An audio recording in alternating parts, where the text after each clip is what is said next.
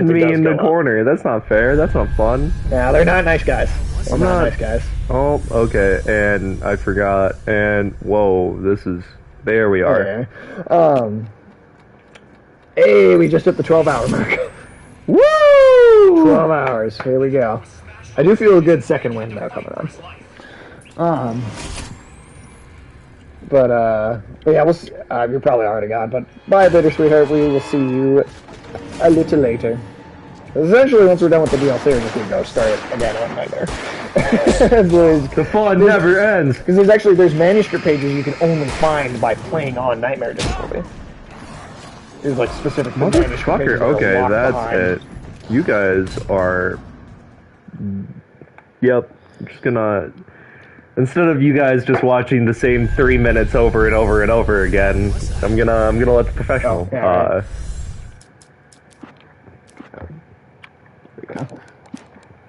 The DLC is legitimately it is more difficult than the main game. That's just a fact. So, and also you just like walked into the end of the game and then the hardest part all of a sudden with no practice or like build up. So like, yeah, you're fine, dude. No, I expected as much as such to watch. I expected this to happen. There we go. Words.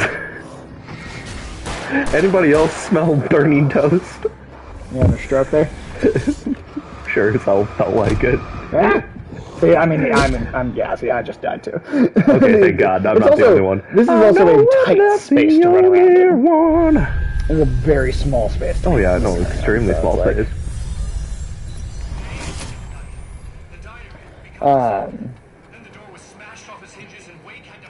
Yeah, so like you've got like how many other like potential entities or beings, universes, cosmic forces are there?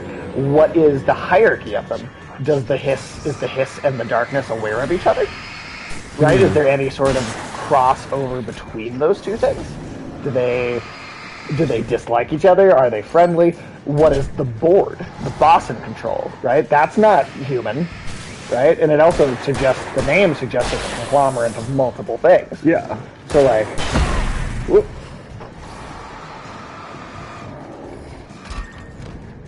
Speaking of conglomerate, multiple things, what did you think about the random Facebook, Instagram crash yesterday? I thought it was hilarious. I fucking hate Facebook. I mean, yeah, no, like that's definitely like a factor. Like, as people who don't use social media a whole lot, like it didn't really affect us. Right. Like, I mean, got like a couple messages at the same time, like at the end of the day, and it like started working again. But yeah, like I mean, I didn't even get a single message, but I like a few things like I noticed about myself, especially like during that like random crash, was like, number one, I realized how many times I was just doom scrolling, because throughout the day I definitely would like instinctually tap on like the app and then realize again that like, oh, it's still down. Looking at anything, and then yeah, exactly. Then after realizing it was down, I kind of caught myself and be like, why was I just on here? Sometimes they're cute animal videos. And then, secondly, like, just how much I didn't actually use the app as well. Sure. Like, even though there were several times where I just, like, randomly tapped on the app, like, oh God. I maybe, like, looked at the app while trying to doom scroll on the apps maybe, like, 5 times throughout the entire day, which is pretty damn low if you really think about it. And your terrible stamina. Do some fucking jumping jacks. But on the flip side of the coin, like, what I like started to realize from like listening to commentary about the crash, like, there are like independent businesses that almost completely rely on Facebook and Instagram. And so, like, the root of the problem isn't that they just went down randomly. Right. It's the fact that Facebook saw Instagram as a competitor, then just bought it out outright. So if one went and down, so both went down. exactly the Yep, that's idea accurate. of anti-competitiveness, and like the wanting to monopolize everything is just at the same time just as much of a bad thing as it is a good thing. Here is my general thoughts on corporations and that entire the conglomerate. The only way that corporations work for the consumer is if they're too busy trying to fuck each other to fuck us. Seriously, the more they are competing, this is why, like, sometimes people are like, oh god, I hate that you make these exclusive games just to get you to buy their content. I'm like, no, that's a good thing, because the more they're competing with each other, and that there are the more numerous groups competing with each other, the more that they have to focus on actually making something good to convince people to use their platform or to buy their product, than to just be lazy because they're the only one around and they don't have to try. Exactly. Do you think that Microsoft would have started doing the free Xbox Live games with gold if they weren't getting absolutely murdered by the PS4 in the early days of the Xbox One PS4 generation? Oh, definitely. And do you think that PlayStation would have started doing the free PlayStation Plus games if Xbox hadn't started doing the free games first? Of course not. The only way is that they try and fuck each other out of our money. And the same goes for stuff like Facebook. Like, that's why Instagram should have remained its own thing. Because now you have one thing. And they don't have... That thing doesn't have to compete with itself. That thing doesn't have to try harder. You're already using it because that's the option. Exactly.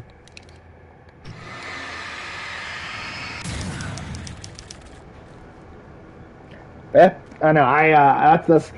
It's also like the same way I feel about like the Epic games versus like Steam and like Apple and stuff. Like, yeah, Fortnite taking down for the next 5 years. Like, first of all, how do they come up with that? Like, yeah, no. After 5 years, you'll maybe be okay. Right. But the thing is, you know what? People are gonna play Fortnite.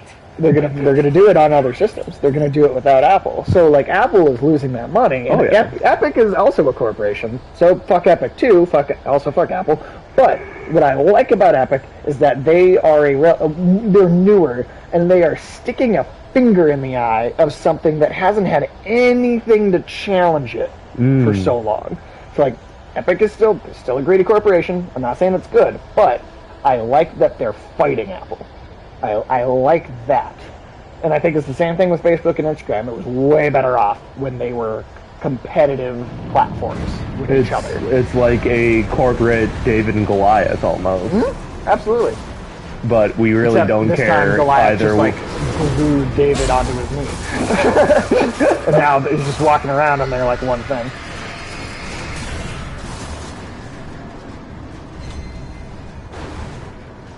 Yeah.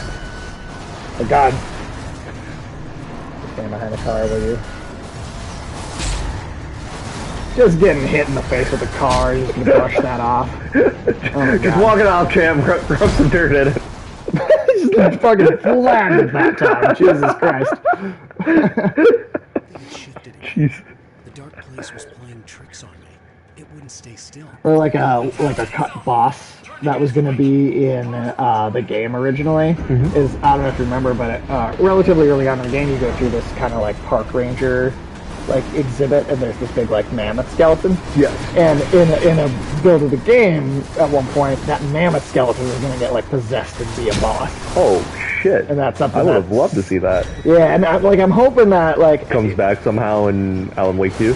I think that they'll reuse some of those ideas for sure. Oh, definitely. I mean, well, consider this. The entire concept of the FBC was just supposed to be part of the plot of Alan Wake 2. But sales weren't good enough. Microsoft didn't want to publish a sequel, so they did Quantum Break and then the Control on their own, right? Later instead. Quantum Break was published by Microsoft still. But Control was like them, and they got 505 to publish, right? So there's more, but Remedy like owns Control internally. Alright, so like, now that they have the rights to Alan Wake back, they can do whatever the fuck they want with it. And they're going to go back and do some of that stuff. But like, just the fact that the FBC was supposed to be part of Alan Wake 2, right? That shows you just how much this is a single world. Because it was just going to be Alan Wake 2, and the FBC was going to be like a background element that he had to deal with. That was not going to be its own game. But you know what? I'm so glad that it worked out the way it did, because I love Control. Like, I think Control is a better game, honestly, than Alan Wake even. If only because the gameplay, I do think, is better. Like, the gameplay can be a little clumsy in Alan Wake at times, I think. I think it's fun enough, but I think it's undeniable that it can be a little clumsy at times, for sure. Definitely. Control, though? Control plays like fucking butter.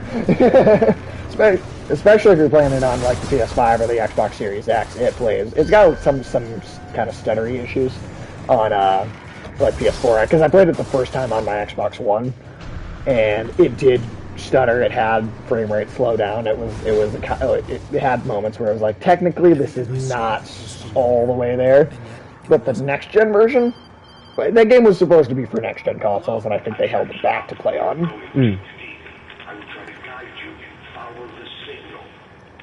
Yeah, I think they purposely held it back so that it could work on the previous gen, or I guess current gen at the time. But I think it should have been a full next-gen game, honestly, just because of how much better it plays on next-gen. Shifts were interfering with it. I had to keep trying. I wouldn't survive alone. But, yeah, I mean, like, as much as it's like, damn, we had to wait this long for Alan Wake 2, but you know what? I'm so glad we got Control first, because the way it builds out the universe. Oh, yeah. I feel like if we just got a straight sequel from Alan Wake to Alan Wake 2 without Control, I feel like it just... I think it still would have been cool, but now that we have adds Control, so much more. Yeah, because we have Control. And now we know what we would be missing. Exactly. Right? Like, it's like, there's all these other things. But you know what? I can't help but wonder, maybe they were planning to do all these different games anyway. Oh, 110% right? Like, they were planning. I don't know if it would be the same, but... Like, no way was this, like, all just, like, what do we do next? Like, they totally had a fleshed out plan. There we go! Well, it's funny. And we lost thousands of... we just lost all of our viewers. Well, here's an interesting thing. When they announced the AWE expansion for Control, they put out this press release, and rather than just like, hey, we're doing this expansion, it's going to have Alan Wake in it. Sarah Breaker. Also, Sarah Breaker, she was the sheriff, right, in Alan Wake? The sheriff of the town? Yes. Her father is a former FBC agent. Because near the end of the game, in the last chapter, right before they're about to leave the police station, she tells Barry, hey, Barry, I need you to stay behind. I need you to make a bunch of phone calls. I want just call these numbers. Just say the code word Night Springs. And then you can say and listen, and Barry has, like, these weird conversations. And it's like, there's, like, a bunch of people around that are being given this code word. Right? Clearly, now, in hindsight, clearly connected to the FBC. Right? So, like, even in the original Alan Wake, the FBC was already introduced. Yeah. So in yeah, like a really vague background way. Of fucking course, this was all. Maybe not every detail, but like they were fucking working on this shit. Oh yeah. And God, I just because Control has 2 expansions, right, to its story. One is called AWE, which is the one that is like. That's like, hey, we're gonna use this Control expansion to set up Alan Wake 2. Like we are going to like create a bridge to that game. And then the Foundation is the other one, and that bridges into, I believe, what will be Control 2. So they set up 2 sequels to 2 different franchises within the DLC of the same game. Oh wow. Like, pretty fucking hard too. Oh my god.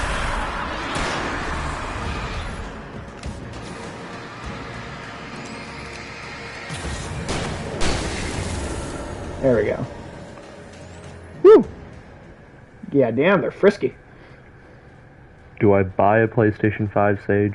Do you have the money to spend on it? I do. Like, and you're not going to be hurting if you do it?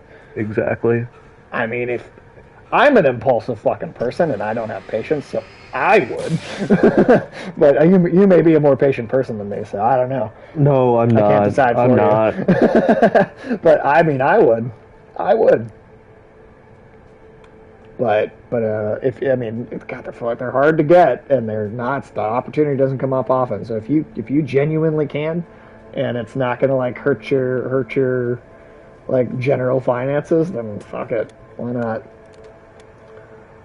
Hopefully the situation that has happened to people doesn't happen where you fill everything out and you go to check out and then it's like gone already, because that happens to people all the time. Not trying to totally like disappoint you. No, I know. But like at the same time, it's not impossible that would happen. He's talking to us from the headlights now too. This is bullshit. No. That's Can awesome. you hear me now? Can you hear me now? He actually says that at one point. Thomas Zane does. He was telling me I was Oh, also, It was ridiculous. Matthew Peretta. So Alan Wake the character of Alan Wake is made up of two actors.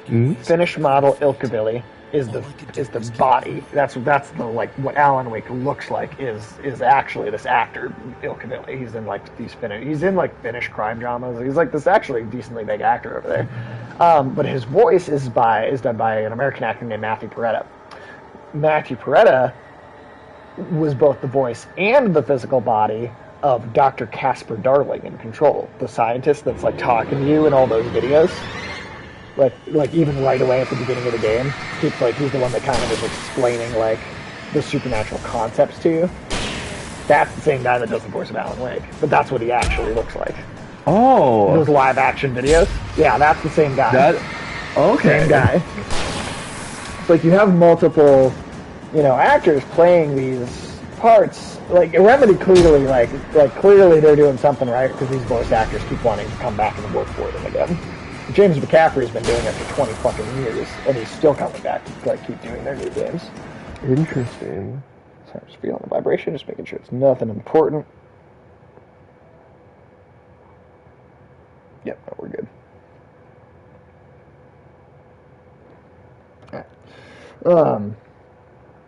But yeah, like,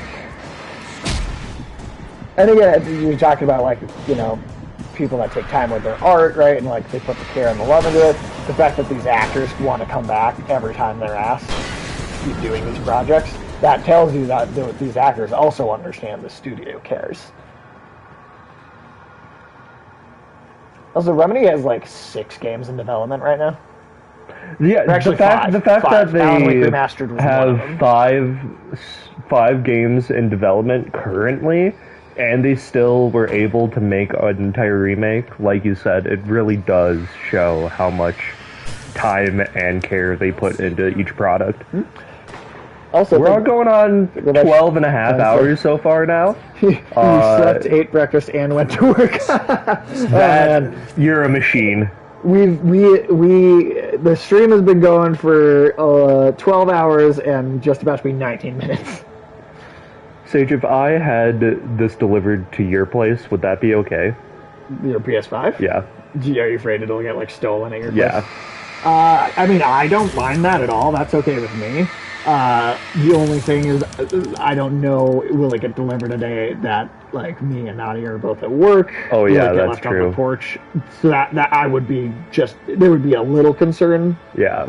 here, too, of that. Granted, I've never You're had right. that happen here, so, I could say, Do you usually never work happened. Wednesday, Sage? yes. Fuck. Yeah, we're basically Wednesday through Sunday every week, for sure. Well, looks like we're just gonna have to deliver it to me and hope for the best. Because, I would be cool with it, but I kind of would have the same concern, So I wouldn't want it to... Either way, I obviously wouldn't want to get, someone to, porch speed it, but...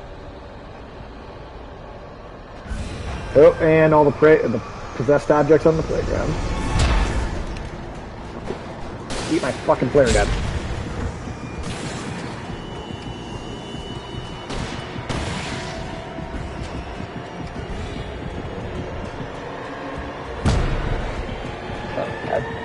Get out of here. Fucking walking here. Oh, hey, I'm fucking walking here. Cousin Nicky, I'm walking here. Hey, watch where you're going. I'm walking here. Imagine if that's what Alan Wake sounded like. His thick Brooklyn accent. Talking to the monsters.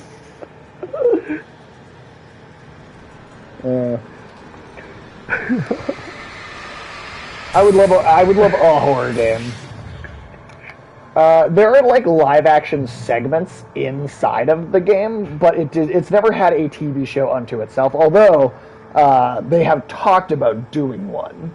I don't know what that form would take or what that would be exactly, but it is something that the idea has been put out there, but it hasn't happened yet. Oh, yes, okay, Bright Falls, yes, okay. So yes, that is one thing. That was like a limited little, like, it's like 6 episodes, this mini series they put out. It's actually a prequel to the game, and it's like basically about one of the townsfolk slowly getting possessed by the darkness, and like what that experience of getting possessed actually feels like over the course of like a couple of days leading up to Alan showing up at the town. It's a cool little 6-episode thing. I actually was a little surprised they didn't include it as like a special feature in this remaster. I kind of thought that'd be a perfect place to like kind of bring it back and show it to people who may have missed it when it originally came out.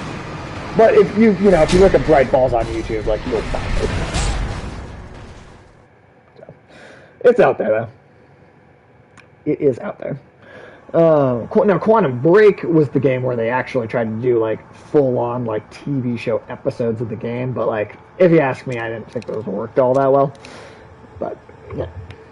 I had to find the key. Yes. Oh, Control is in the same universe. 100% Control. Yeah, Control is very much in the same. The only Gamesh, the only reason that this Alan Wake remaster even came out is because Control kind of resurrected the universe of Alan Wake, and basically kind of paved the way for not only this remaster, but an Alan Wake 2, which is absolutely in development right now. We know, we without being 100% announced, we know for a fact that Alan Wake 2 is in development. And it is because of the success of Control that is the case. So, yeah, have you played Control? Just out of curiosity, because there's some Alan Wake references in the main game, but one of the expansions for Control is literally like all about connecting the story threads of Control 2 to Alan Wake. So if you played AWE, the second expansion, there's like it's pretty clearly kind of setting up more Alan Wake to come. And in this remaster, actually, there's a few spots in the main. I'm thinking there's none in the DLC episodes, which is what we're playing now. But in the main game, there are several QR codes you can kind of find throughout the game. If you scan those with your phone, it'll take you to videos on YouTube, like these like private videos, and they're the hotline messages from Control, but it's Alan like narrating hotline messages, and it's stuff that was not in Control. Like, it is new story, like new lore that is being told through the hotline format, but it is something that came out of this remaster. So legitimate new story content. And also, this game is like, this remaster, part of the reason it exists is to remind people of Alan Wake. Let's say you played Control, but you didn't play Alan Wake back in the day, maybe you didn't have an Xbox. Well, now this remaster is out on all consoles. So Control reminded people of Alan Wake, or maybe people heard about it for the first time through Control. This remaster gives you a chance to play it, and now there's kind of no reason for people not to at least have an idea of Alan Wake, and maybe what it is, at least a vague idea, when they inevitably announce Alan Wake 2. It'll be truly part of modern pop culture. You played Control first? Is that correct? Am I understanding that right?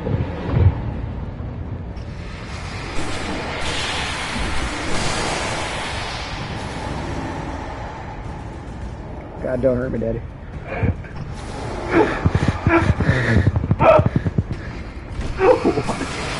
I don't know. I say it a lot during Dark Souls. This isn't nearly so painful, though. Oh, by the way, Tyler, we finally started Bloodborne on the channel. Yes, I am. What day do you get back?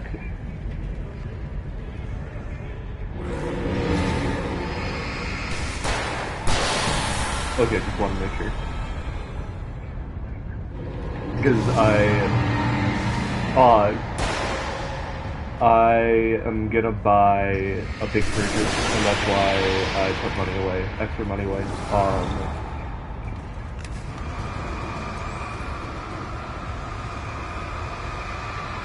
Get out of here. No. Oh god. That's so the extra money I put away last April. There it is. So that's the reason why I put that money away, because I'm gonna make a big purchase today. So, Juglamesh. PlayStation 5. So, Juglamesh, have you not played Alan Wake at all yet? Did you get a chance to check it out yet, or is this still like a totally yet to be had experience for you? Oh god, something's behind me. No. Ah! I'm gonna be fine. No. It's probably... Okay. Well, Juglamesh, you were the exact person this remaster was right made on. for then. Literally the exact person. When did you leave? Oh, that's good. Right on. Alright, well, I'll let you get back to it. Okay. Yep, bye-bye. Like, I don't know if you heard me say this earlier, Juglamesh, but the FBC, the kind of entire concept of Control, was literally just supposed to be a plot element of Alan Wake 2, at least to start with. Maybe it would have gotten its own game after that, but because the original game didn't sell super well, Microsoft didn't want to publish a sequel. So years later, Remedy was like, "Well, fuck it. Let's take Control, which Microsoft does, or let's take this idea that Microsoft doesn't own yet, and turn it into its whole own game, and that's how you get Control." And then, not long after Control came out, Remedy was able to purchase the rights back to Alan Wake, thus providing a way for Remedy to actually own both franchises properly. And now they're part of an in-connected universe, not unlike the Marvel movies. Honestly, that's it's like a weird artsy horror version of the Marvel movies, if you want to think about it in that interconnected kind of sense. A24 meets Marvel. Yeah, that's a very good way to describe it. Very good way to describe it.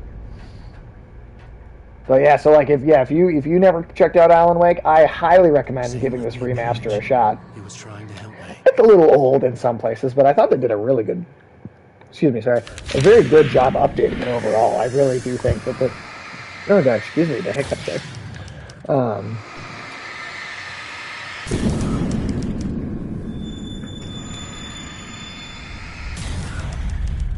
Friend in need. Oh hey, It's a friend indeed. we made a fake berry. Figment of If it isn't Jack Berry, I don't want it. Well, no shit. What gave me away? I know it'd be so funny if Barry just shut. We fucking looked like Gerard Butler in 300. Alan Wake, real life show with Gerard Butler playing Barry. That'd be hilarious. I would fucking love that. I'll That's greenlight so it. funny. I'll personally fund the shit out of that series. Oh, also, here's totally the food if you want to dig in. So, anywho, I'm here to help you. The thing is, you need to get a right? You nag the way the real Barry does. You know that? Juggalush, did you play all the expansions for Control? Just out of curiosity, did you play like all of Control, or did you just play the main game? Relax, it's cool. Just try to stay on the ball here. You need to do what Zane tells you. He's been here for ages. He's like the expert.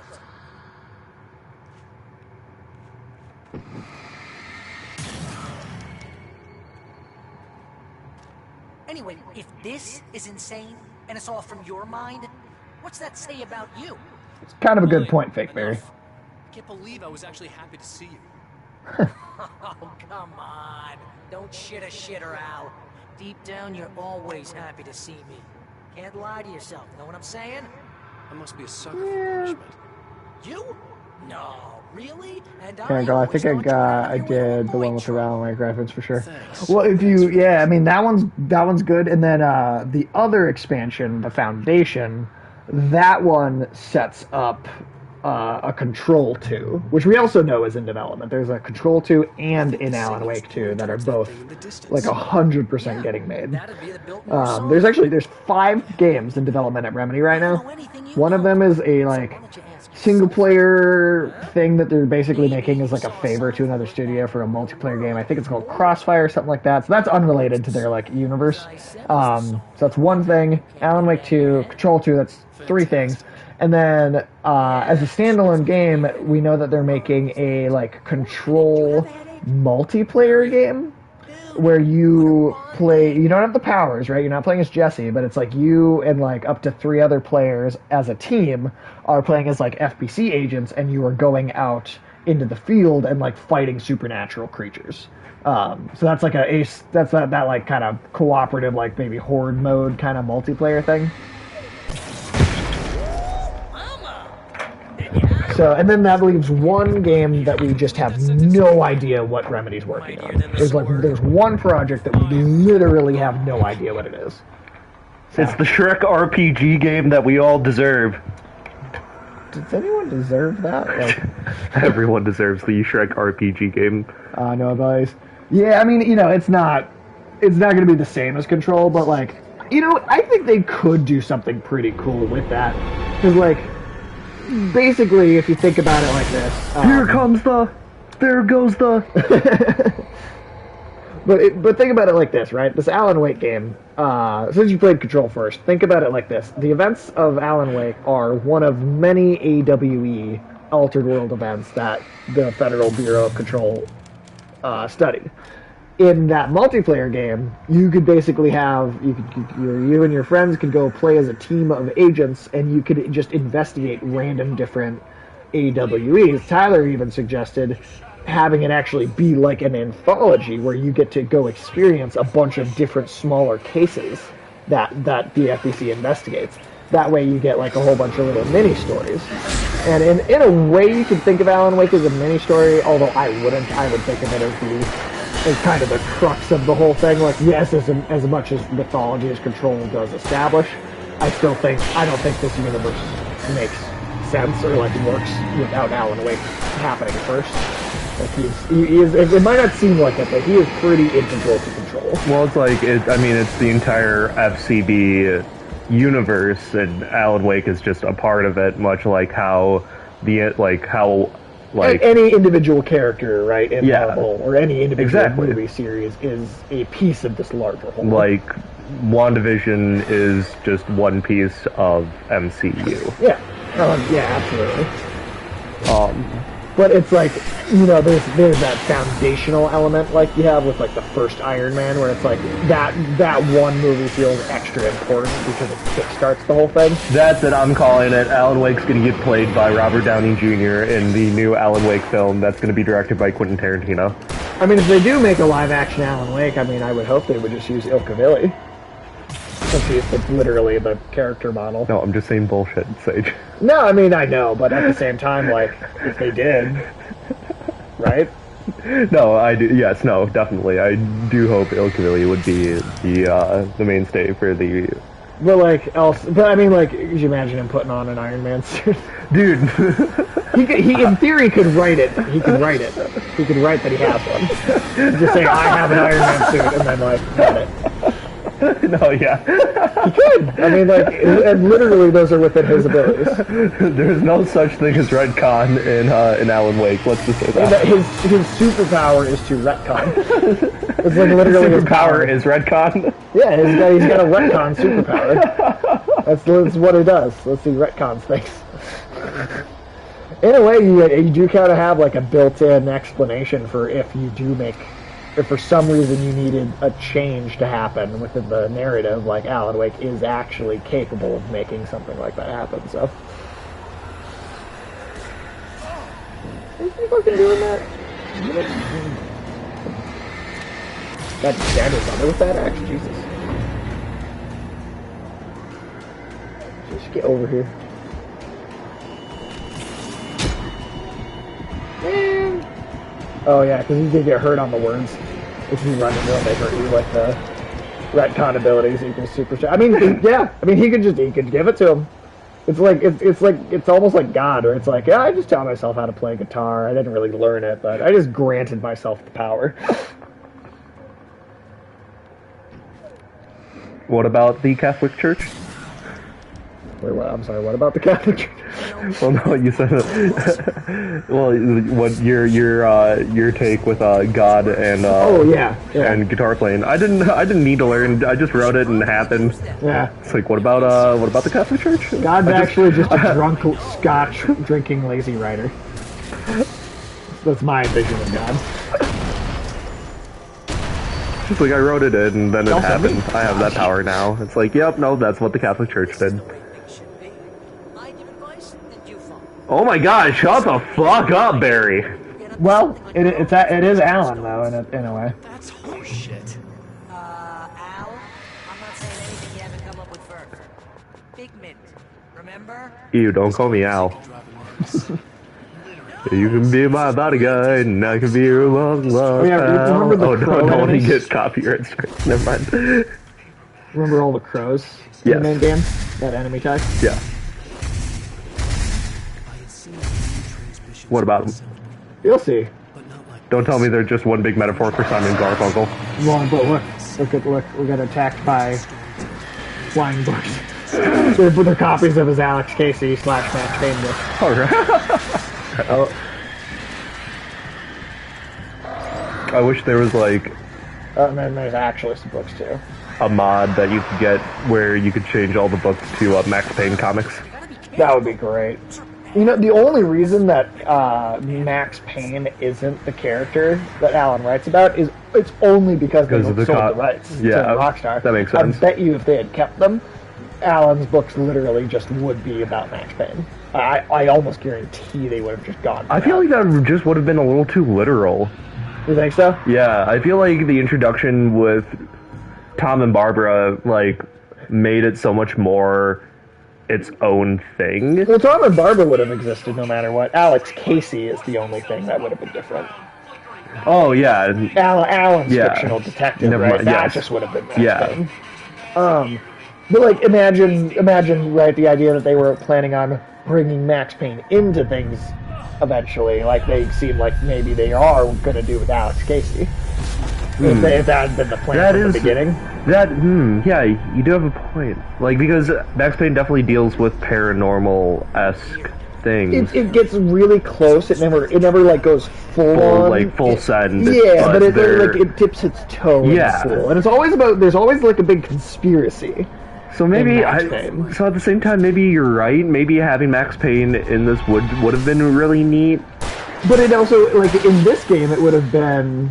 Which games have the? I mean, I think these games are one. I think this is one good Definitely, example. yeah. Anything that Remedy makes, hands down. I think I love the how the new God of War had like this wrapped Greek and Norse mythology into each other. Yeah. I think that's fucking awesome.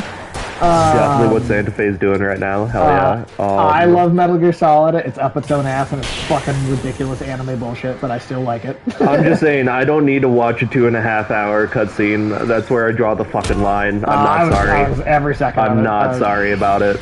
I was there for every second. The rage I had after the first half hour.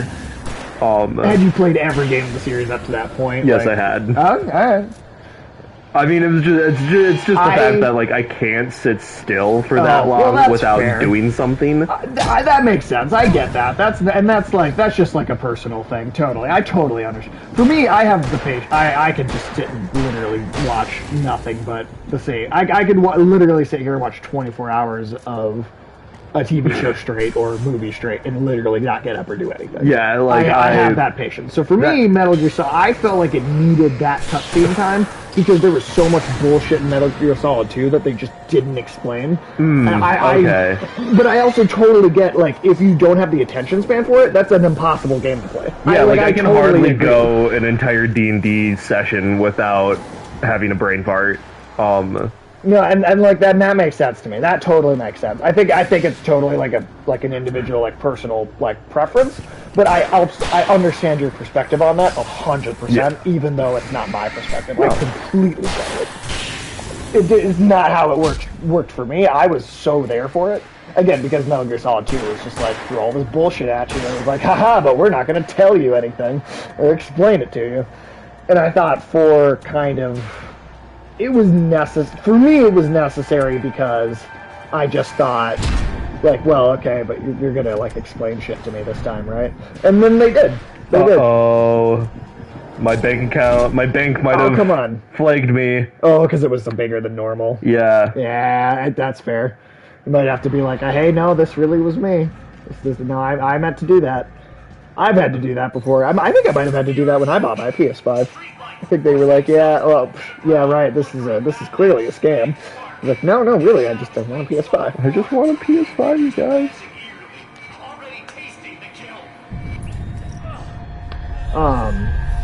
I love this, like, sea of light poles, though. This is such a cool, like, weird, surreal motif.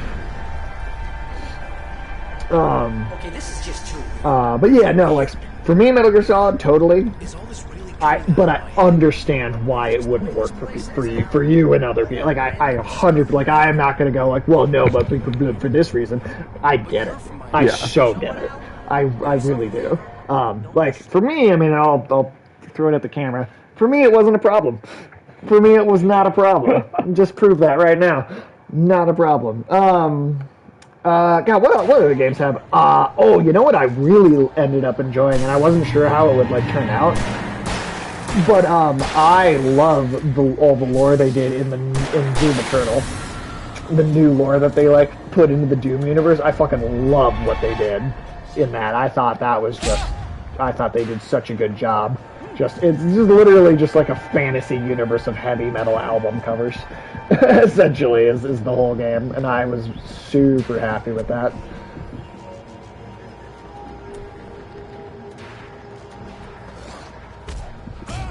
Oh, come on. Yeah, I remember this being kind of a hard area to get through. What else? Up until the last, like, hour, Mass Effect did have a pretty cool lore right up until the end. The ending didn't ruin it, the whole thing for me, like it did for some people. I still like everything up to the end, at least for the most part. 3 has a couple rough spots, but I do think the broad mythology. Oh god, how was BioShock not the first thing I said? How is that not the first thing I said? BioShock, I think, has some of the best easily. What about you? Do you have any that I have not said? Well, both you, Tyler, and also in the chat, does anybody have any that, like, I haven't come up yet? Because there's a lot. I know I'm forgetting them. I know I'm forgetting them. I mean, like, as much as I hate the gameplay, like, some of the gameplay for anything Bethesda, a lot of Bethesda things have some really great lore. I mean, just the Elder Scrolls series in general, really great lore. Can I tell you something that might break your heart just a little bit? Yeah. I've only ever liked one Bethesda game. I mean, no, don't get me wrong. I have also only liked a handful of Bethesda games as well. Like, I mean, for a studio that can't produce a fucking climbing animation, you don't deserve much love. I'm not sorry. In the year 2021, you still can't produce a fucking climbing animation. I think Get the fuck out of here. I really think that Bethesda got away with the bugginess of its games for so long because there just weren't other big open world RPGs like it coming out. They weren't coming out of Japan, but there weren't RPGs like that coming out of a Western market like around them. I genuinely really like Morrowind. That's it. Fair. Even Skyrim, which I know people love, and I think mechanically it works well for the most part. I just don't care for the world or like the lore of it as much. For me, Morrowind I think is so interesting because Morrowind is where the Dark Elves come from, and it's got all these weird fucking giant mushroom bug insect creatures, these like mosquito things you ride, like all these creatures that I've never seen in anything other than that one game. Whereas like Skyrim, again, I think it's a sound game mechanically, but you know what? Just nothing There's dragons, super there's vampires, interesting. there's werewolves, there's skeletons, there's zombies, there's joggers, like things I've seen in a million different Norse-inspired fantasies. Yeah. You know? And again, not to say it's bad, it's just that I'm a little bored of those things. Remnant. Is that Remnant from Ashes? Is that the full name? Because that's like out of a Souls-like, right? Like not by From Software, but that's like a Souls-like game, I believe. Correct me if I'm wrong, if I'm thinking of something else, but I think that's a Souls game. Not a Souls game, but a Souls-like game. But I'm talking. Fuck yeah, we made a car.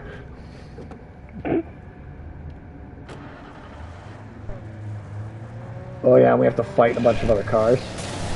They're like monster trucks, though.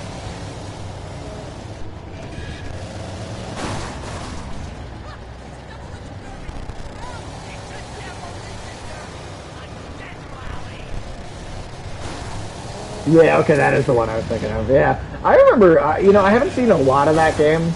Well, I mean, I guess I could also just say the Souls games have really impressive world building and mythology to them. Also very true. Because I'm on my fourth one now, Tyler.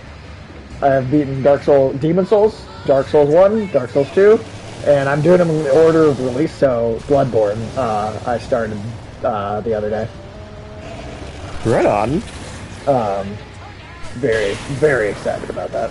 But yeah, all the Souls games I think are really cool, have really good mythologies. And Remnant from Ashes, I'm not surprised Remnant from the Ashes is one you mentioned, just because it is Godfall.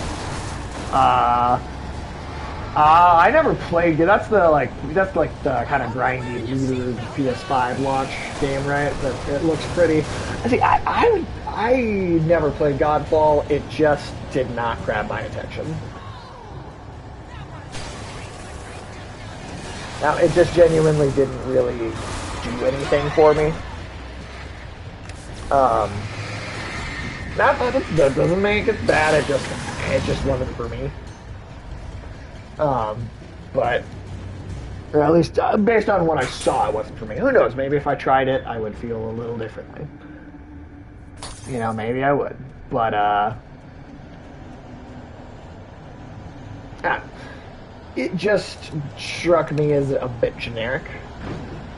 You just pick them up randomly. Yeah, you just pick them up. Oh my god, would you fuck off? On the ground. Yeah, he just finds them. There's also a lot of these like emergency supply like cabinets around. So we find a lot of them too. Backs of like cars. Also, but right now we are in a like dream world where reality is just kind of fluid and being altered by thoughts and like desires and dreams. So this isn't the real world. Like we are not in the normal world right now. So like honestly the logic of where he's getting anything is kind of honestly doesn't even really matter. In the main game, you find, I think, less of them, less frequently, and they're in more realistic spots. But, like, here we really are in a complete, like, Inception. Yeah, no, totally got some Inception shit going on at times. Oh my god. Wow. That was a complete shit show. Nope. Okay, you guys, I need you to, sir, I need you to leave the store. Oh my god. Oh yeah, that's right. So good. For a reason, because this battery is not going to last for an entire 24 hours.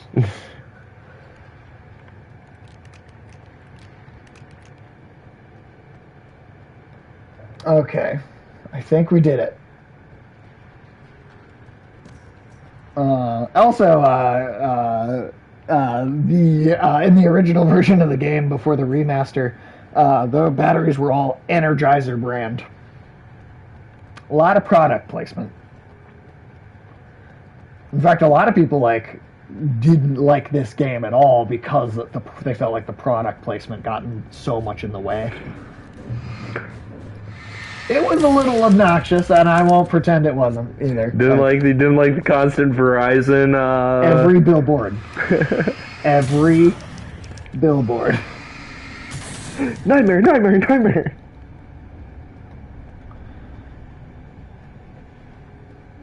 I'm curious. Have you ever been into the Souls games? Ever? Has that ever been a thing? No, I'm not a masochist I thought this was my in that aspect. I honestly don't think they're as hard as people say they are. I really don't. Now that I've played them a bit, I thought Cuphead was way harder. Cuphead is equally as hard, but nonetheless. Here's the thing. In Dark Souls, you can kind of cheat.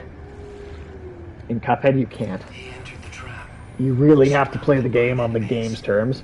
Whereas I think what makes Dark Souls and like Demon Souls and stuff to me not as difficult is that I think you can kind of break the game a little bit. You can kind of, like, for instance, all my streams have all the streams I've done of those games have all been with a co-host, Tim, who will actually be here today around 3 p.m.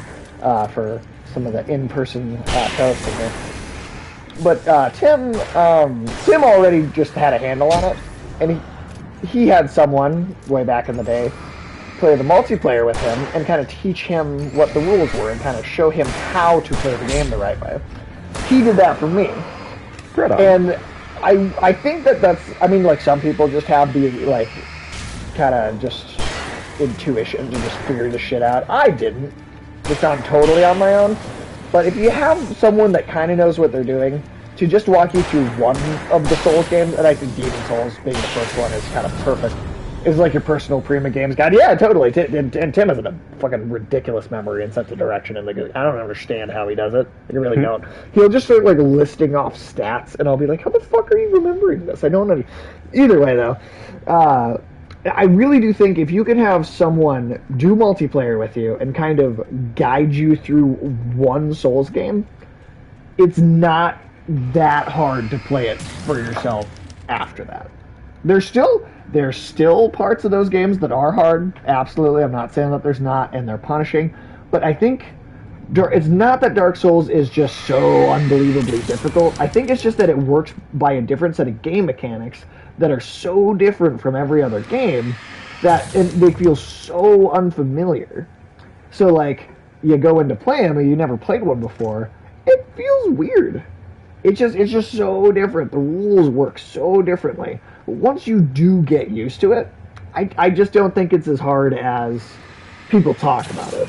Like, I remember even, like, my first session of playing Demon Souls, even before we unlocked the multiplayer, I was like, oh, this isn't as hard as people said it was. To be fair, I'll also say that the original Demon Souls, right, the very first one, is easier than, like, just about every other game in the series. It feels almost, that game in general almost feels like a tutorial for the other games.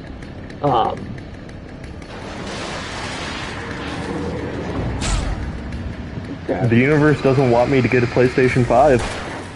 Oh no, did your bank, like, just deny it? No, my bank's not even denying it. Walmart is being a bitch. Oh, really? Fucking Walmart.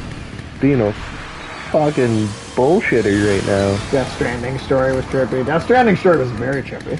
I still have not touched Death Stranding. Death Stranding, I greatly enjoyed.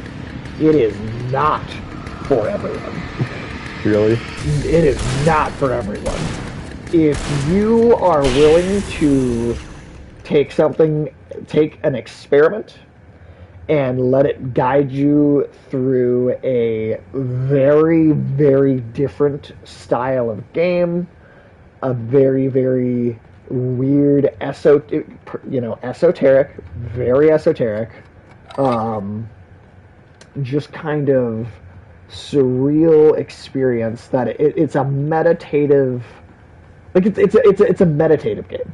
Like it's literally, you are supposed to sit there for long periods of time and be forced to like contemplate existential like like existential like philosophy.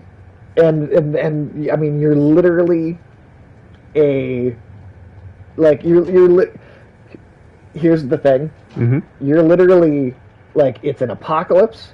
Most people stay inside, and you are like a delivery man that gets people the shit that they need because no one can go outside because the world's so fucked up. That came out about 4 months before COVID.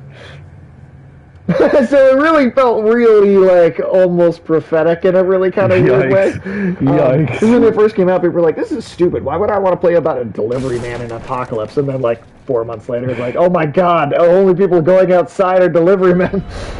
So it was in that sense that actually it's actually a hard hitting sci-fi because it fucking predicted something that was only like 4 months away when it came out. But again, it's not trying to be fun to play necessarily. Like I think, and again, I think it's like, if you just want to have fun with games, I don't think it's a game for you. Or like if you're purely looking for the sheer entertainment and the fun of it, I don't think it's necessarily a game for that type of gamer. But if you are interested in looking at games as a higher art form that is experimenting with the impression of different kinds of emotions and different kinds of storytelling and experiences that are not necessarily just trying to entertain you, and if you're willing to give that kind of an experiment a chance, that's the kind of gamer I think Death Stranding is for. And even then, it might not land. Even then, it might not land for you. And not all of it landed for me, too. Not every piece. But I think a lot of it did. But again, I have the attention span to sit there and play something that is very slow-paced for long periods of time. And if you don't, I just don't know if I recommend that game.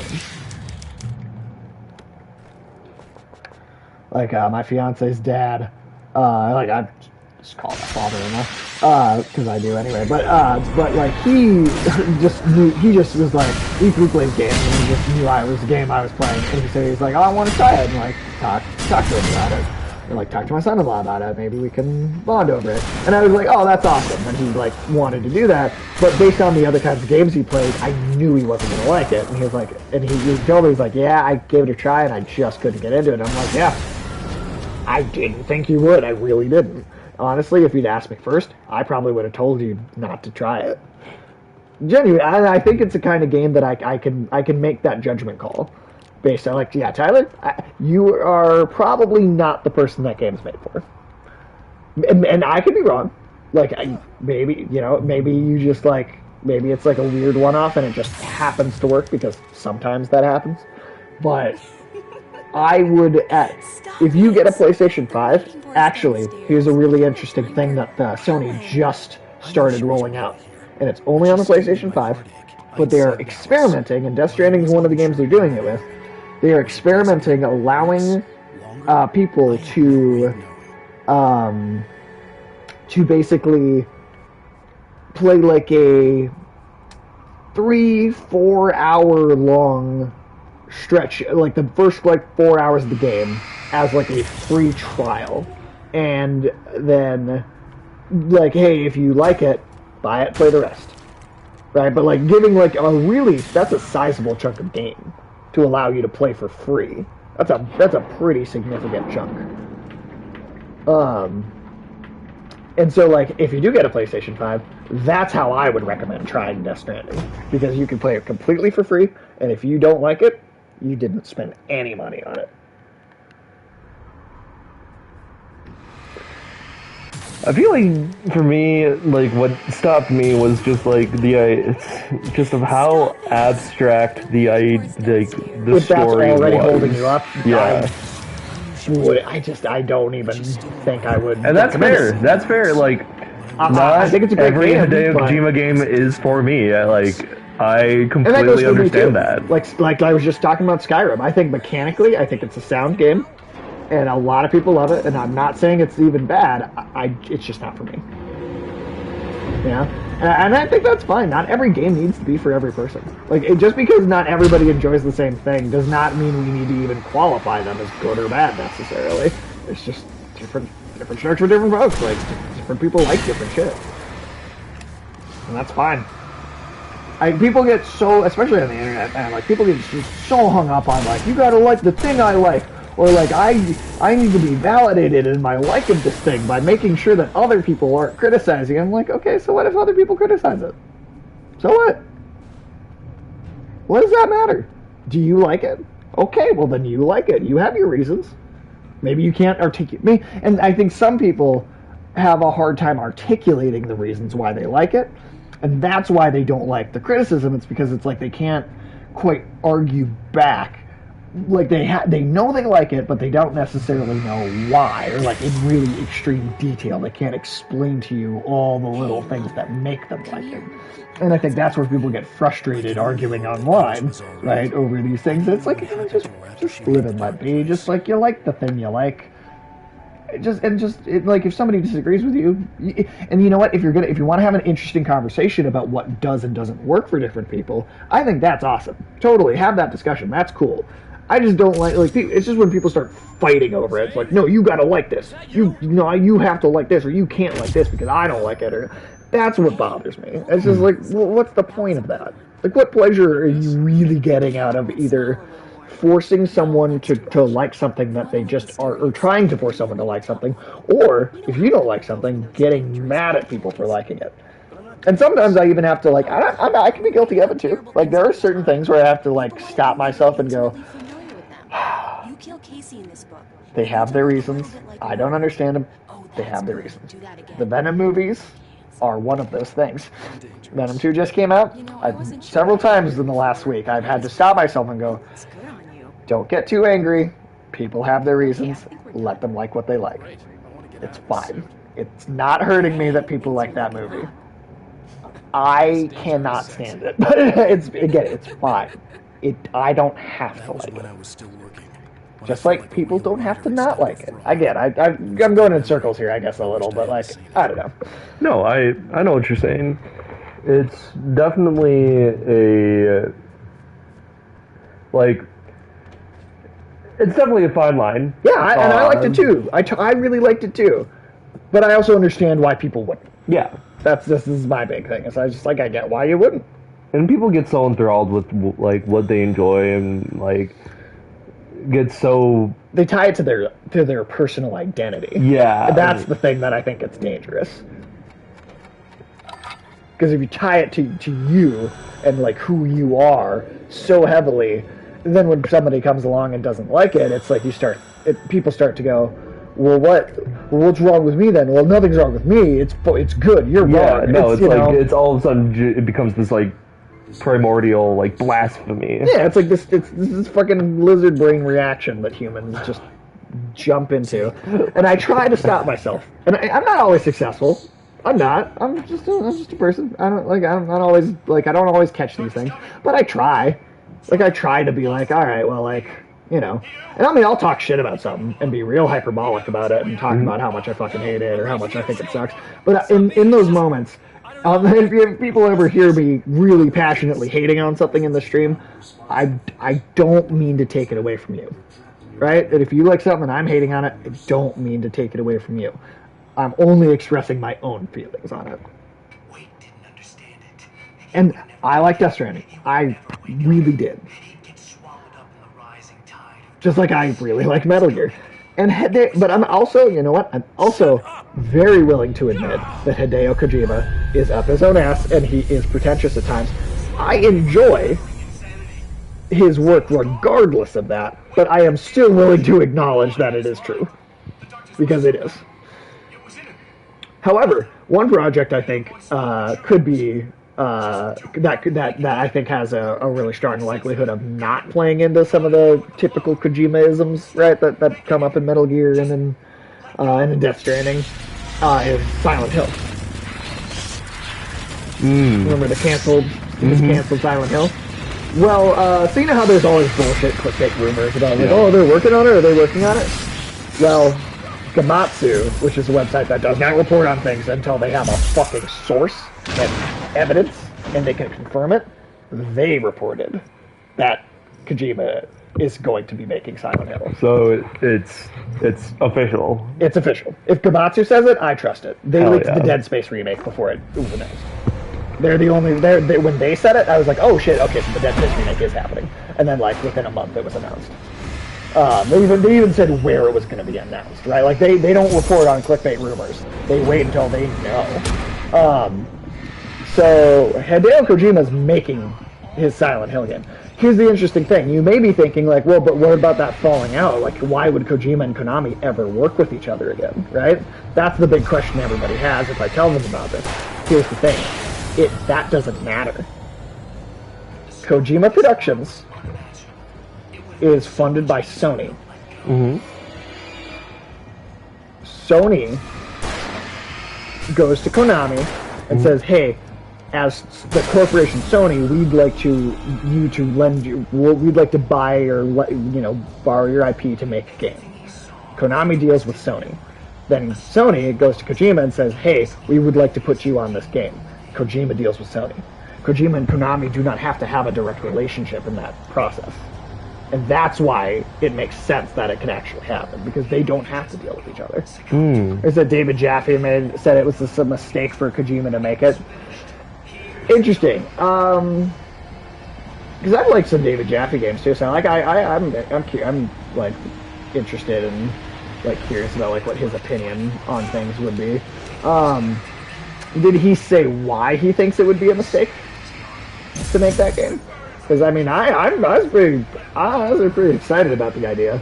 I was like, fuck yeah. Yeah. No, I didn't. But I'm was curious. there? Well, because David Jaffe's like I think there's like what, all the Twisted Metal games and like one of the God of War, like God of War 2 or 3 or something like that. Like, he's a game developer I definitely respect. So if he's like, what is his explanation though? Is what I'd be curious to know. Like, why did he say that? Maybe if I hear his reasoning, maybe I would change my opinion. I don't know. I think it's a great idea. I just hope that they can get the full creative team that was supposed to be behind the game originally. I just hope that can still make too much good. Kojima-isms. Then maybe, and you know what? Maybe it would turn out that way. Maybe it would. But I think if they got the other people who were involved in that project back again, I really think that those other creatives would kind of force Kojima to pull back a little bit. I think that's part of why Metal Gear, for me, worked more than Death Stranding ultimately, right? Is because I think Death Stranding is pure Kojima. That's pure Kojima just doing whatever the fuck he wants and no one gets to tell him no, right? And I do think that's why Death Stranding is a hard recommendation for me to make to people. Metal Gear Solid, I think you had a lot of other artists and people kind of always there that were always like, no, you can't do that. No. And I think if they get back all the people who were involved with the Silent Hills project originally, I think they would do that again. That's at least my reasoning. Is I think that they would be able to pull back on Kojima's more like kind of over the top, ridiculous anime impulses. I don't know. For instance, do you know who else was working on that game before it was canceled? Who? Guillermo del Toro and Junji Ito. Who's Junji Ito? He did like the Uzumaki, he's like the horror manga author. Oh yeah. Uzumaki. He's done all these kind. Like people call him people have literally referred to him as like the Japanese Lovecraft because he does such crazy like cosmic horror. Yeah, you showed me. I think you showed me Uzumaki. They're making that 4-episode miniseries anime of it too. Oh yeah. Which I cannot wait for. It's supposed to be coming out sometime next year, and the animation looks incredible. But if they got Junji Ito and Guillermo del Toro to come in on the creative side of Silent Hill all at the same time, I think Kojima would be forced a little bit at least to pull back, and someone would be there to say, hey, but how about this? How about this subtle thing instead, Kojima? Maybe we could do this. And I think that, I don't know. I feel like Ito would be, I feel like both Guillermo and Ito would. Guillermo. he's would be mastering able to do subtlety. that. Yeah, definitely. Junji Ito's maybe a bit more extreme than Del Toro, but like I still think that Junji Ito is a really good atmosphere and balance. He usually knows what not to say through dialogue, which sometimes is a problem with Kojima. I mean, I actually have that problem with just kind of almost all anime in general, is that they just over-explain things. Oh yeah. Even Attack on Titan sometimes, I'm like, you don't need to say that out loud, I have eyes. Like, I love Attack on Titan, but like sometimes it's like, alright, come on, Look, the Titans are attacking. right. Well, it's like sometimes when they're like explaining a battle strategy, and I'm like, but you could just do it, and I could just watch it happen, and I would understand. But they wouldn't understand. But they would, because they'd be doing it. You don't have to show me a scene of them coming up with a plan, like I know. And sometimes it's not as bad as others, but like there are times where it's like, alright, come on. But spoon feeding. Right. I mean, and again, Attack on Titan doesn't do it as bad as like a lot of anime I think does, but like it's not innocent of that flaw. It's not.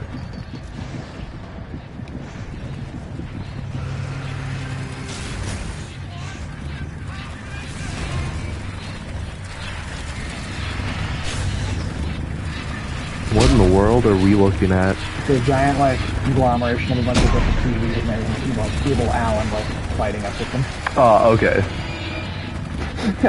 I say that as if that's like a really simple explanation that just like makes a ton of sense. Clearly. Now I see it.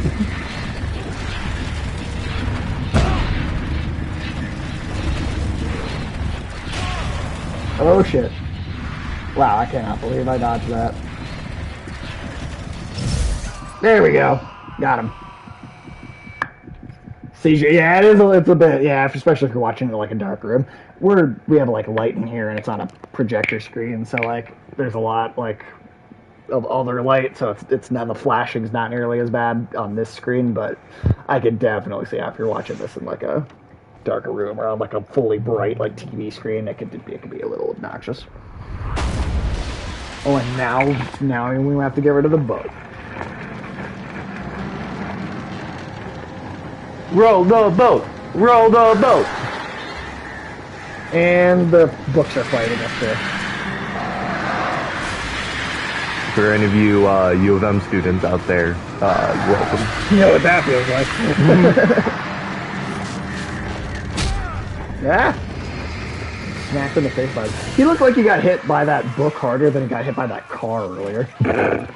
Like that looked like he was in more pain.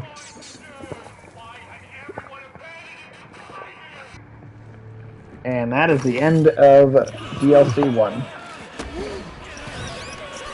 And then it gets harder. Oh, this wasn't hard? Okay. It was hard, but it gets harder. And this is still normal difficulty, too. So. Jesus Christ.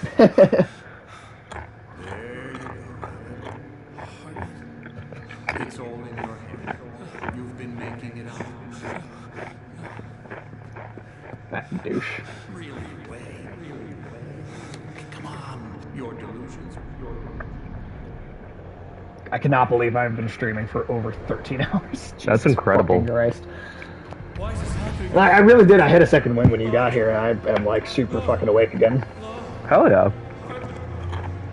I think the only reason I think I was starting to slow down is because I need to feed off of some social energy to really kind of keep going. Let's see. All right, 12:17. Tim's going to be here at 3. I don't know how long you were planning on hanging out for, but you can literally stay as long as you like, leave whenever you want. We're going to be just... Start on normal, or there are games you start on hard? I actually wanted to start this game on hard, but you had to beat it on normal once to unlock the hard difficulty, so I would have started this on hard. I would have, if I could have. 100% would have.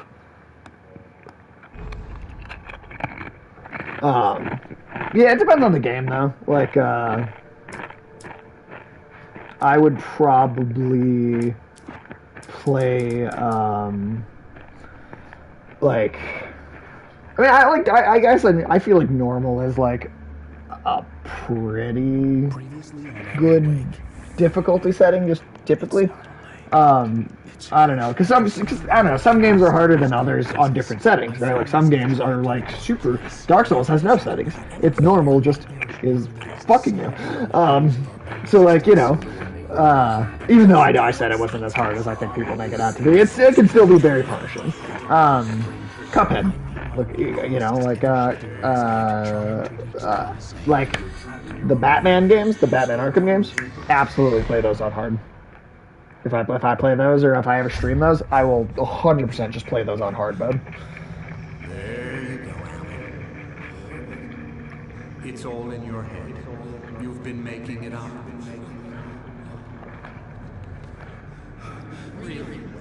Any games make you change to easy?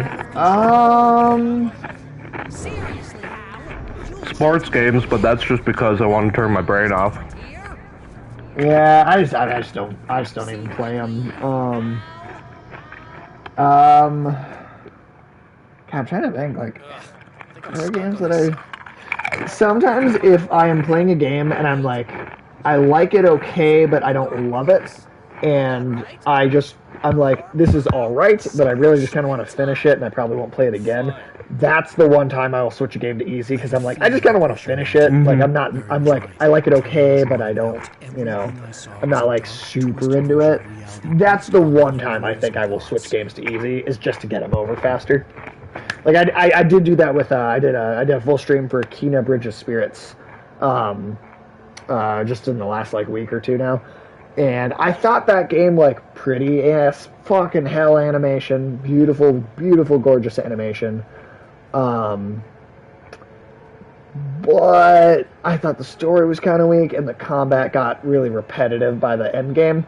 So that's a game I switched it to easy, because I'm like, there's not that much left, and I just kind of want it to be over. Even though, like, I'm not hating it. There are things about it I like. But it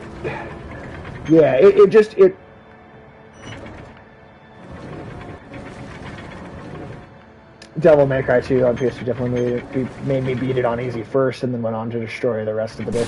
Yeah, that's a good one. Where like Devil May Cry is a really good example actually for that, because like I think part of the thing with Devil May Cry is that you're constantly like learning how to be better at the stylization of the combat. It's not necessarily winning even, but it's about how fancy you're winning. So starting on easy, I actually think is a really good thing for Devil May Cry games, because you can work on how to make it fancy, which is really the goal. And then once you've got that down, you can just play it over and over again, ratcheting up the difficulty each time, and really just kind of readjusting yourself a little bit each time. I think that's actually a great game to play on easy. At least the first time. I think that's a really good one, actually. Bayonetta, even. I think I totally could go into that category, because that's also very much about like the stylization of it, and not as much about winning, and just about how kind of crazy you can make it look when you're winning. So like I think Bayonetta, Devil May Cry are good examples for that. What came out on PS2, the American DMC 2 was on Japanese settings, so normal mode was actually... Oh, funny. So you actually you turned it down to normal. You didn't turn it from normal to easy, you turned it from hard to normal. It's just that they basically labeled the difficulty wrong. That's funny. I didn't know that. Hey, we got a heavy-duty lantern to start with. Surprise! Well, that was just getting fucking rocked by giant cogs. Man, that's like every Friday night.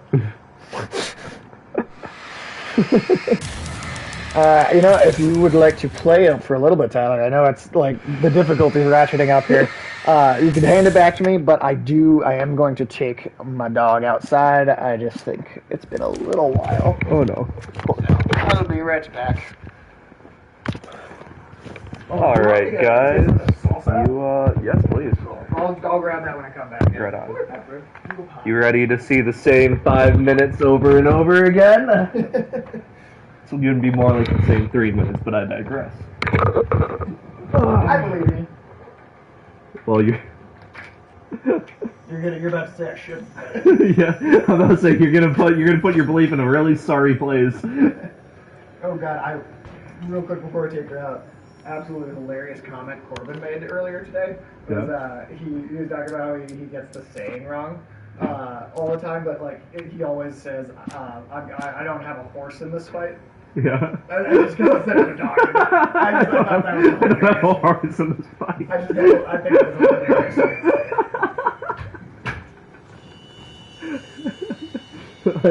Instead of actually, how do horses fight? You like because like dogs fight in nature, and so do like almost every other animal. I would assume. So like, how do horses fight? Fun fact of the day: did you know that giraffes fight with their necks? Like they'll literally cock back their entire neck with their head and then just whip it at their foe. Super interesting. I found that out on Planet Earth, that Discovery series, and honestly, I'd pay to watch that. Like, if they were non-domesticated, I mean, okay, hold on, that slowly sounds like it'd be really illegal and essentially what dogfighting is, but hear me out, totally ethical, like, After finishing departure, I don't know how it would myself. be. I haven't All I went to wanted was the save school of Alice. Luffy, After of that, Luffy, a went to part the of me school had of been ready Luffy, to what? just give in and die. But I hadn't given up. Thomas Sane had reached me. I had run across a nightmarish landscape following a signal from him. He kept telling me I was sinking, going too deep. I wasn't sure if he meant the dark place or insanity. Perhaps they were one and the same.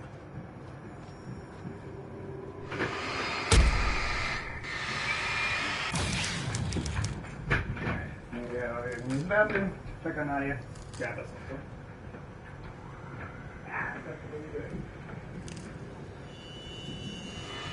Oh, I got like that series came out right at like the prime age of like 10 for me, and like I really got into it for the first like several seasons, but then frickin' Cartoon Network took it off their 7 o'clock lineup, and I just naturally lost interest because of that. And then I found it again like several years later, and for some reason all of the characters sounded completely different, and I was both taken back and heartbroken. So, you really are nuts, huh? Let's face it. we And always knew this was coming. now I have no idea what's going on, Actually and there's feel like pretty over rational, 500 all episodes or things something considered. now. You'd Crazy think he people would have don't know gotten to they're the Grand crazy. Line by now, That's where they're or crazy. like something. I don't even know like what's happening. That's Sane's life. Yeah. Done sinking now. That means he's just about caught up with you. You better go talk to him. Thanks, Barry.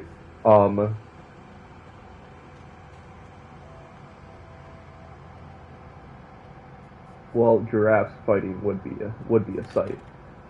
Is there a giraffe character in One Piece that I'm just unaware of?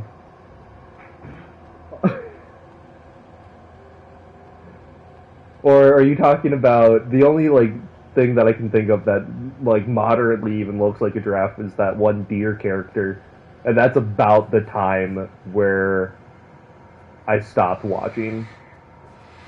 Chop Chop was his name? Lots of Yes? fireworks here. Maybe? Nice. Wait, heard the old gods play. Music came out all wrong. It attracted the horrors. You know, for how crazed Alan is in those little cutscene things, his teeth are immaculate.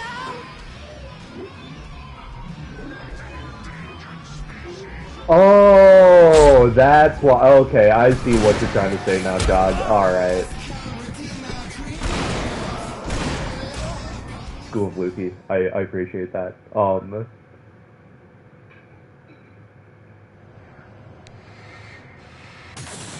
of fireworks here. Nice. Wait, heard the old gods play. How far is it we could realize Music we came out legit all coming wrong. in the chat and like talking and It hanging attracted the out? It was horrors. awesome. It's kind of fun. It's a little fun. I can appreciate it. Did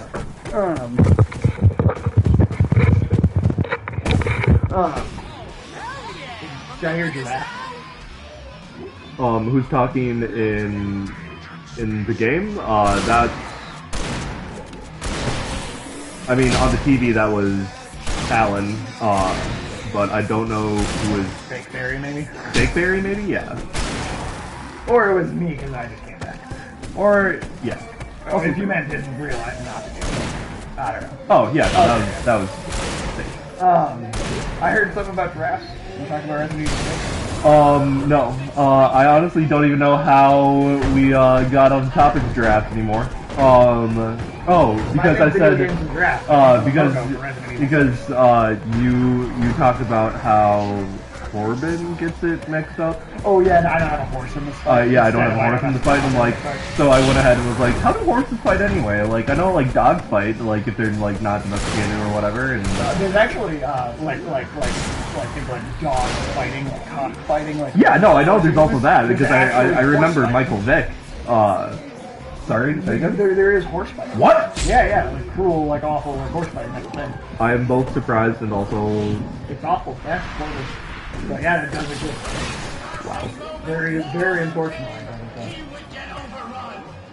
Can I? Nope. Fuck you. That is.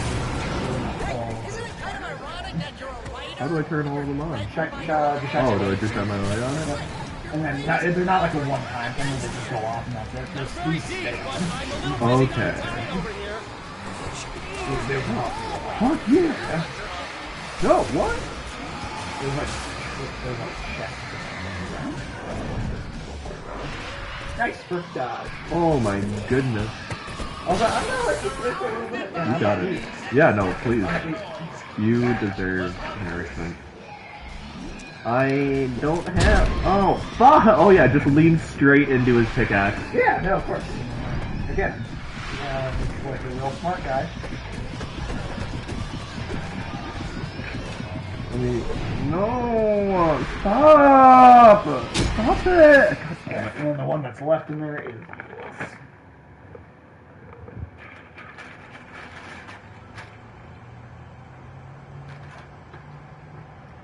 Yeah, Tyler, check this. I was at 28 followers exactly a month ago. Nice. That's crazy. That's absolutely crazy. Like, A short month. it doesn't even make sense in my own mind. No, honestly. But it's like, Especially since I've been on. and you know what? In the recent times that you've been on, that's when it's been drawn. Wait, really? I mean, at least, like, not like in like specific to each stream, but in the general time period, it kind of started to come into it. It also just happened to be some of the time period that it's really started to go. Right on. Well, I'm, You were part of like an 8-member rotating cast.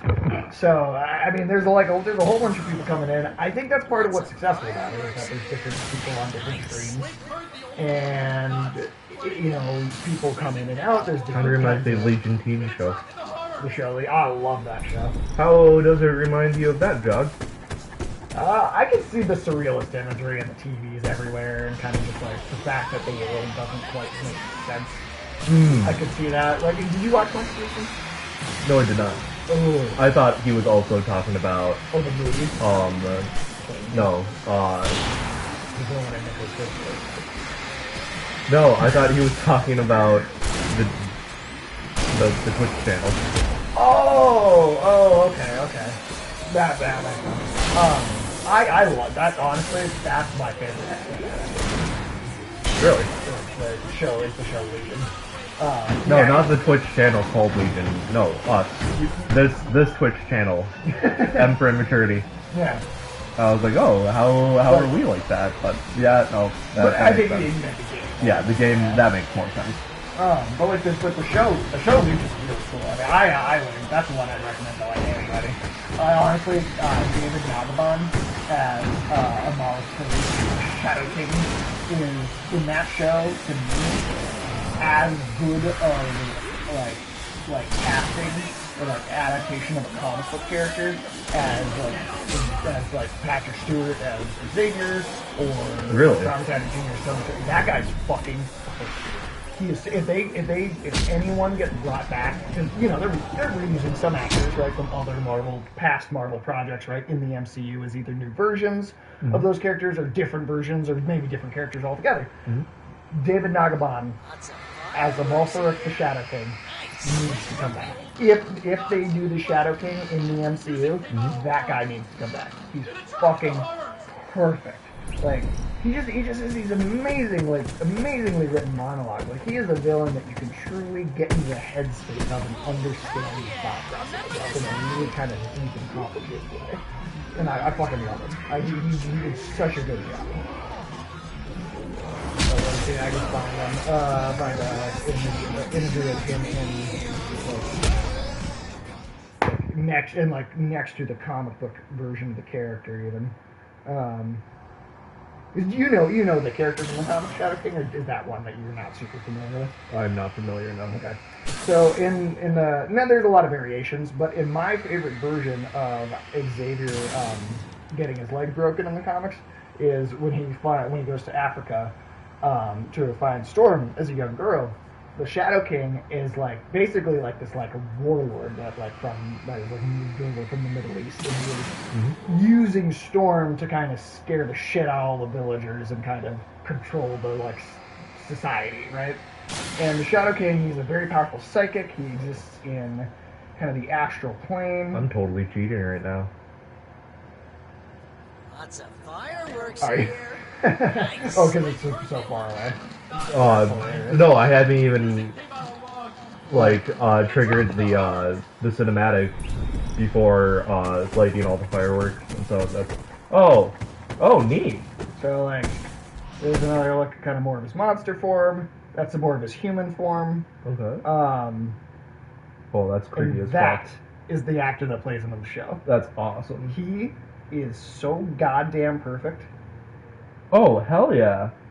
He is one of the Shadow King is one of the most perfect adaptations of a comic book character in that show that I have ever seen. Oh yeah, remember this now? And if you want to see any of the pictures I just pulled up, just Google the Shadow King, although you already know what I'm talking about, so. Ow, fuck you. But, fuck you. Ow, no, just an amazing performance of the character. Stop. He has this whole speech, he's trying to bargain with the protagonist at one point, and he's like, "Why would I fucking work with you? You're a villain, right? You're awful. You done this, and this." And he goes, he's like, "Do you know where this word villain? Do you know where this comes from? It means village. It means peasant. Do you look at me and you see a peasant?" He just got this very interesting, the word villain. It's the word villain is a label that the rich put onto the poor. And he makes this just great argument about am I the and he has you thinking well shit, maybe you he's so goddamn charismatic, and then he'll do something evil and you'll be like, all right, he's still kind of the bad guy, but he's just so goddamn charming. Yeah, that's an amazing. It's only 3 seasons long too, and that was being canceled. That I was planned in. Oh, really? Yeah, they only 3 seasons, and then that was it. They totally ended it, and it had, I think, a pretty good ending. I will survive this! Do you know the character Legion from X-Men Comics, too? What's the actual character Legion? Isn't he Xavier's son? Yeah, he's one of 2. And those could be on the son on the show at any point, but he's one of 2. And they kind of combine certain elements of both of the sons from the comics. There's Legion, and then there's Proteus. Proteus in the comics, that's the one that's not in the show. Proteus body hops and burns through people's bodies, and he goes into them as hosts, and then his powers are so powerful they just deteriorate. So he's constantly body hopping, absolute menace and villain, right? Legion has dissociative identity disorder, and he's got 60-something personalities. Here's the thing that's interesting: every one of his personalities has a different mutant power. So he has over 60 different powers. Yes, and here's the thing, what really makes him a threat is it's not just this random mishmash where it's like sometimes he's this person, sometimes he's this person, but the base personality of Legion, right? Like his regular person, this is the comic book version, the show's a little different. The comic book version, his base personality is a unbelievably powerful psychic, right? Like he's so powerful that he basically creates this crazy psychic prison complex in his mind, and he has all of his other personalities locked up and like basically in a prison. Like Jane and Doom. Kind of like that, but if she truly had like fucking almost malicious control over the other personalities, and was like a badass like fucking villain in charge of all of them. Legion does have control, or doesn't? He does. Oh, shit! He literally, because he's psychic, he builds this prison complex in his mind. All the other personalities are locked in the prison cell, and he just lets them out when he wants to use their powers. And he like Interesting. He like manipulates all these other personalities, and it's fucking cool. The show goes in a little bit of a different direction with things. It's more about like they do a little bit of this stuff here. It's not totally like absent. It's more touching on schizophrenia. And it's the character's different, but it's so well done. It's so good. I fucking love it. I fucking love it. That honestly to me, that's like I said before, I think that's the best X-Men adaptation I've ever before.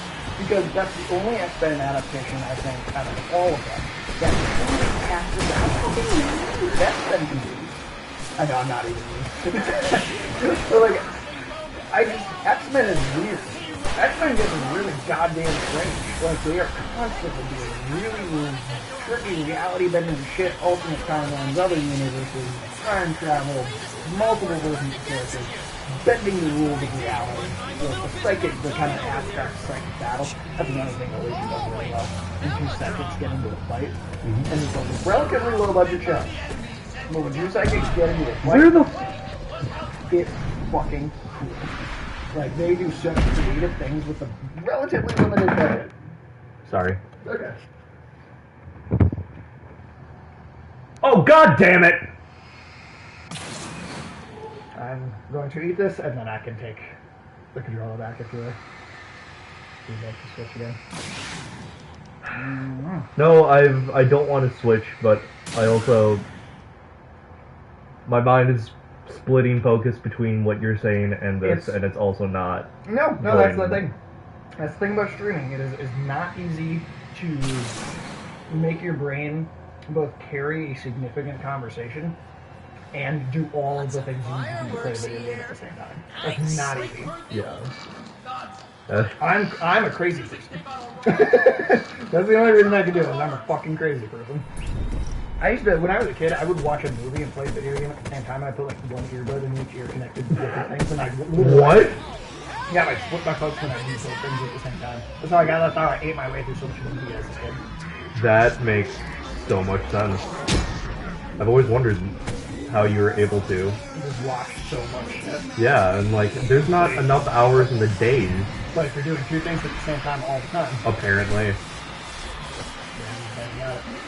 I don't do that anymore, but well, I get except for maybe this. Big conversation about that. Again, not an easy thing. That's why I like Raid Select is my favorite game podcast. And they do like just know how to get podcast with one game once a week, and then they do like a half hour to like 45-minute video every day of the week. And they do it that way because it's easy to just kind of, the brain just start kind of melting at a certain point and losing focus and not being able to do both things. And so they do that. They pace themselves out at these very kind of relatively small intervals of game, right? So it's like, here's a half-hour video. Here's a half-hour video tomorrow, right? It's a simpler thing, and I think for most people it's a pretty good. Like, that's a more manageable amount of time to do something like this. Like I said, I'm a crazy person. That's the only reason that I'm able to just kind of keep doing both. Plus, I could never shut up in school. You know, you have no idea how many times I got in trouble for just talking over the teachers because I didn't care what they were saying. All the time. All the time. I went to a terrible school though, so like they weren't. What school did you go to? Montessori, and then Avalon High School. You went to Avalon? LOL. Yeah. What year did you whitest place I've graduate? ever Wait, what seen. what year did you graduate from Avalon? 20. It was 2012, 2013 year. Did you ever meet Liza Unger? I remember. I used to have a big crush on her. Oh yeah.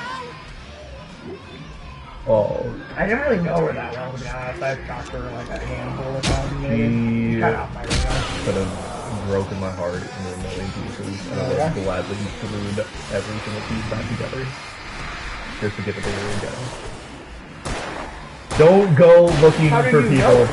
No, I'm just curious. I just you work with her. No, I'm talking to the people watching. Yeah. No, yeah. Don't Google that. Survive, Alan. Yes, thank you, Jog. Me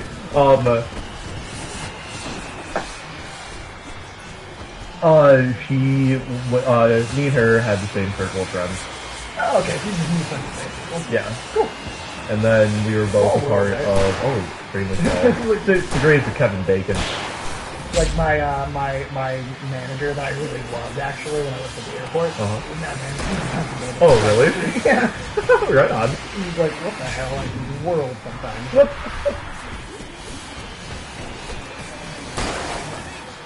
Or like there's another streamer, Cody Twitter Gamer, who like popped in and showed support and followed her and checked out her stream too. And me and Corbin, we did the stream. We started talking about what's the bar called? The arcade machines Up down? Yeah. And she was like, wait, what? And then she was like, I live a block away. A block away from Yeah, Uptown. and then I'm like, oh. The Uptown Minneapolis? Yeah. Uptown? And it's like that's another streamer. No! You're getting there though. You got further than that. I see that as a win because you got further than you had before. So, I'm a very positive person, except when I don't want to be, because then fuck everything.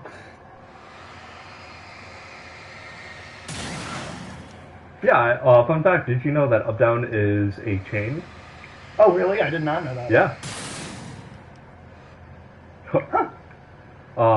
Yeah, they've got several locations throughout the U.S., but only several. It's not like a giant conglomerate. Right, it's just like a few of them here and there. Yeah. That's cool.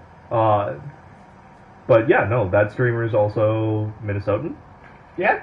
Right Totally on. local. It's just like, it's funny, right? Like, I mean, I've met so many people, like, she knows from Wales, and like, there's all these people, right? Like, from all over the world, and I'm like, it was one of the people I just happened to get talking to, and they live, like, right over there. Hell yeah. And it's just the coincidence of that. Funny. Just 6 degrees of Kevin Bacon. Did you know that you're exactly 6 degrees from Kevin Bacon? No, I'm not. Yes. No, you've told me the story. Yeah. Oh, let me. You know what? I'm gonna do it on screen on the stream, just because I don't think I've done it on the stream before. But Tyler lives in Maine. I knew one of my high school teachers. My high school teacher knew her husband. His husband carpooled with Kevin Bacon's sister.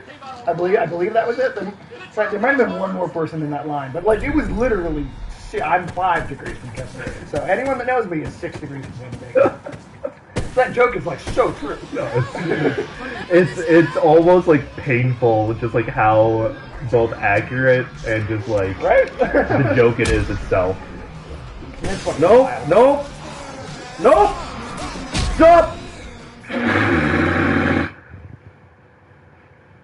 you want me to? No, No? Alright. no, Alright. I'm. It's to the point where like I need to do this. Fair. I need That's to fair. do this. I understand. And I'm just only apologizing I'm to the sorry. people watching us because it's going to be just the same 5 minutes over and over again. I mean, I think we're still. I think the conversation's still being carried, though. I think that's still. I think that's the part that's most important. Like, me and Alex and Ulysses were playing Deathloop, and we got stuck in a lab, and I was looking for like a fucking one piece of paper that was obviously on the wall for like 20 minutes. And I don't remember what fucking stream of consciousness bullshit came out of our mouths, but like, people were entertained. I will say that. Right on. Lots of fireworks here. No, don't. Yes, okay. Needs to retcon Jesse and Bruce off. Yeah. That's that's the thing. Like, imagine all these situations Alan is in these games, and imagine if Jesse was here. It's just how easily she would deal with this situation. That is also very true. She could fucking fly. die. And it's just like all this random bullshit she can do. And it's like, in comparison, Alan is so Come on. much less capable than Jesse, right? Like in that sense. But at the same time, it's like, yeah, the game is ridiculous in the genre and all of us know, but like, it's like.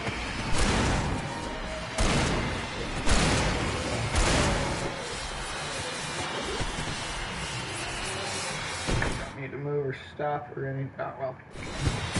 But yeah. It's just, yeah, I don't know. It's interesting. It's just, like, I really do wonder, like, if, does Jessie fully exist in the world and the story of Alan Wake 2? Because if she does, how exactly are they going to establish the rest necessarily? Because I feel like Jessie can take care of them so easily, right? In so many ways. It's like, what ways are they going to write it so that she is able to overpower what else is going on? Whether they got to find a way to separate the characters or what's he saying? Yeah, she would.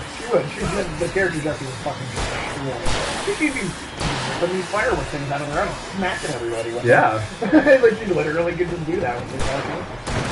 No.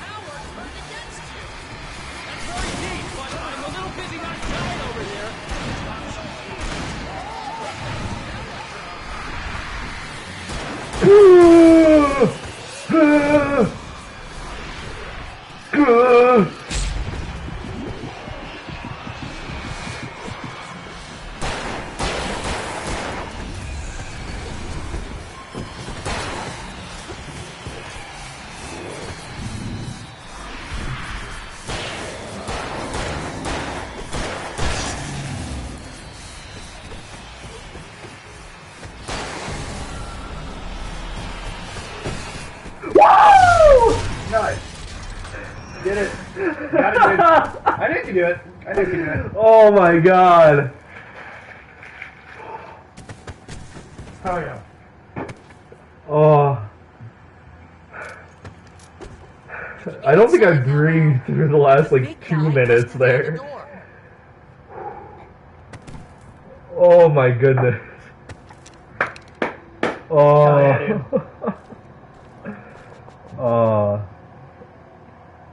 Now, real quick, let me see the controller just for a moment. There is a weird little message popping up at the corner, and I just want to see if that is that the game console or the projector.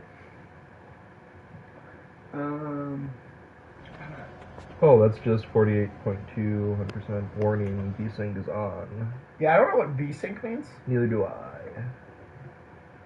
I think if we just press, because that sometimes pops up on my PlayStation 4 as well, if we just press... Oh, really? So that's not, okay, so that's not the projector then? No. Interesting. Or at least I don't think it is, because I've definitely... Because you've seen that on... I've seen that on my PlayStation 4 as well. That doesn't pop up when it's like been in use for like too long, does it? No. Oh. Okay, just click on the game. We'll go right back. That's interesting. Can you see that message on the stream there at the bottom? Yeah, you can. Yeah, okay, yeah, you can. Alright. Hold on, let me see here. Maybe I can read the whole thing if I could pull it up on my phone. Let me see here. Oh, no, because the camera's in the way. Right. Okay, well, I'm just gonna Google what does VSync mean. Oh, thank goodness. The Matrix? The Matrix?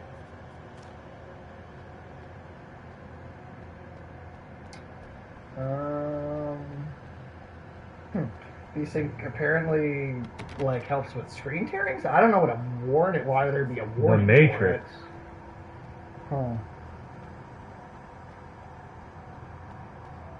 Speaking of the Matrix, you excited about Matrix 4? No? No. No? No. Not even a little bit. First of all, Matrix 2 and 3 are fucking dumpster fires. So, I mean, already you're fighting an uphill battle. Second, they're fucking billing it as a comedy, is how they're describing it. I know the trailer doesn't look like that, but that is what they're saying that this movie is. Really? They're saying it's a comedy, where Neo is a video game developer making a video game that is the first 3 Matrix movies, and making the video game is giving him PTSD, and somehow he's too stupid to put together the fact that, you know, like, no, maybe that's weird, like, maybe you're like, I don't know, maybe there's something going on there. I don't. No. I don't think it looks very good. No. Ooh, Night Springs video game. Oh, yeah. It's funny, in the original version of Alan Wake, there's a Xbox 360 on a table at one point, and they replaced it with like a kind of generic looking like big console. But first, you have to reach yourself. But The cabin. yeah, I don't know. I just don't. I'm not into it. I'm not into it. I think The Matrix was an amazing standalone film, and I don't think they should have ever made sequels in the first place, unless they truly had a novel idea. I just don't think they ever did. I think you maybe could take The Matrix 1, or The Matrix 2, and The Matrix 3, cut like half of each movie out, and smash them together and make like one okay movie out of both. I think you can maybe make one okay movie out of the two. Cut almost all of them. And then a lot of two.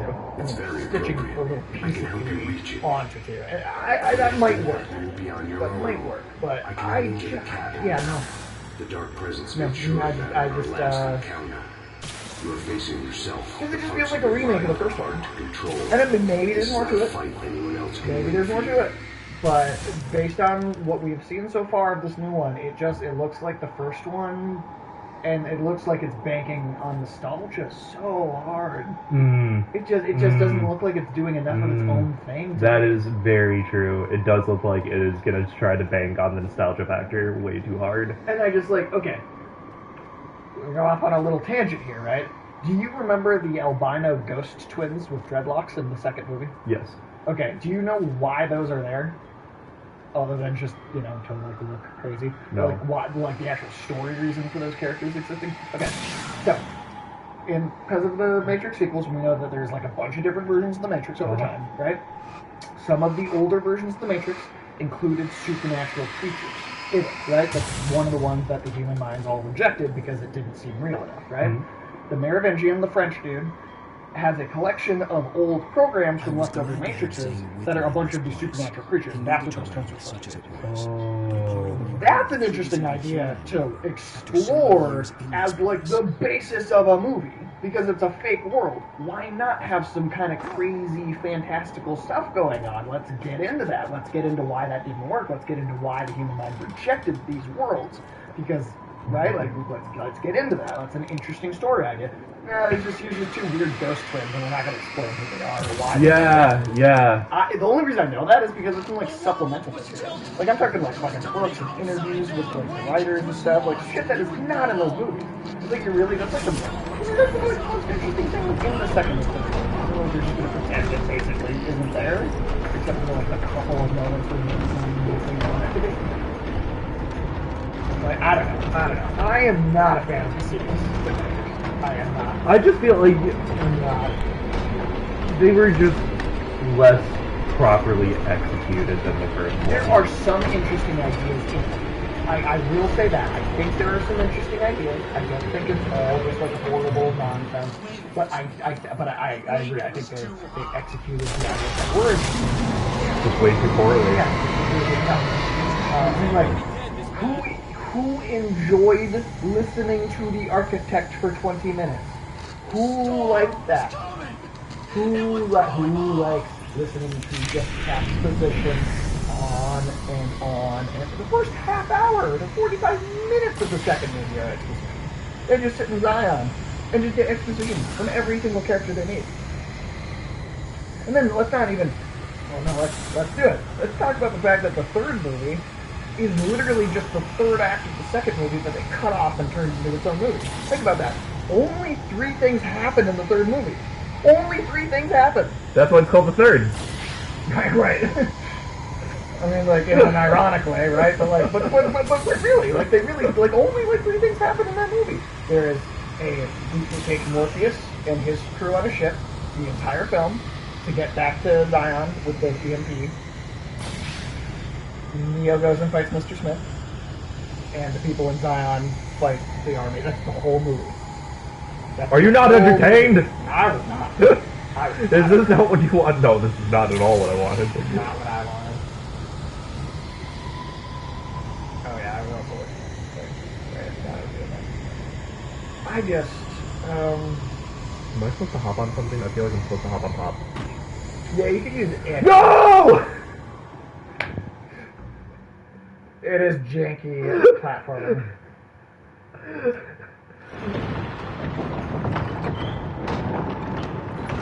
The weight was too high. Too high! At this height, the water was... I think we can get like that.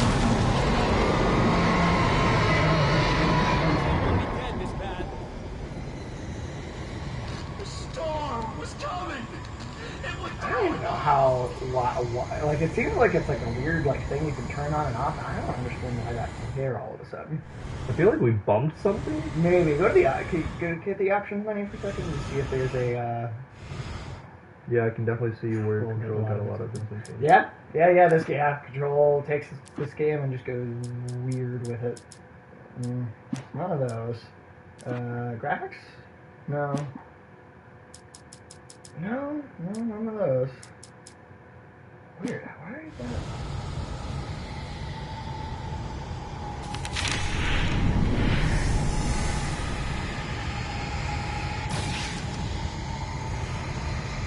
Well, whatever it is, it doesn't seem to be something that's like bad. Or like it's not like a thing that the system's saying like, oh, this isn't good. So whatever, it's fine. It could be.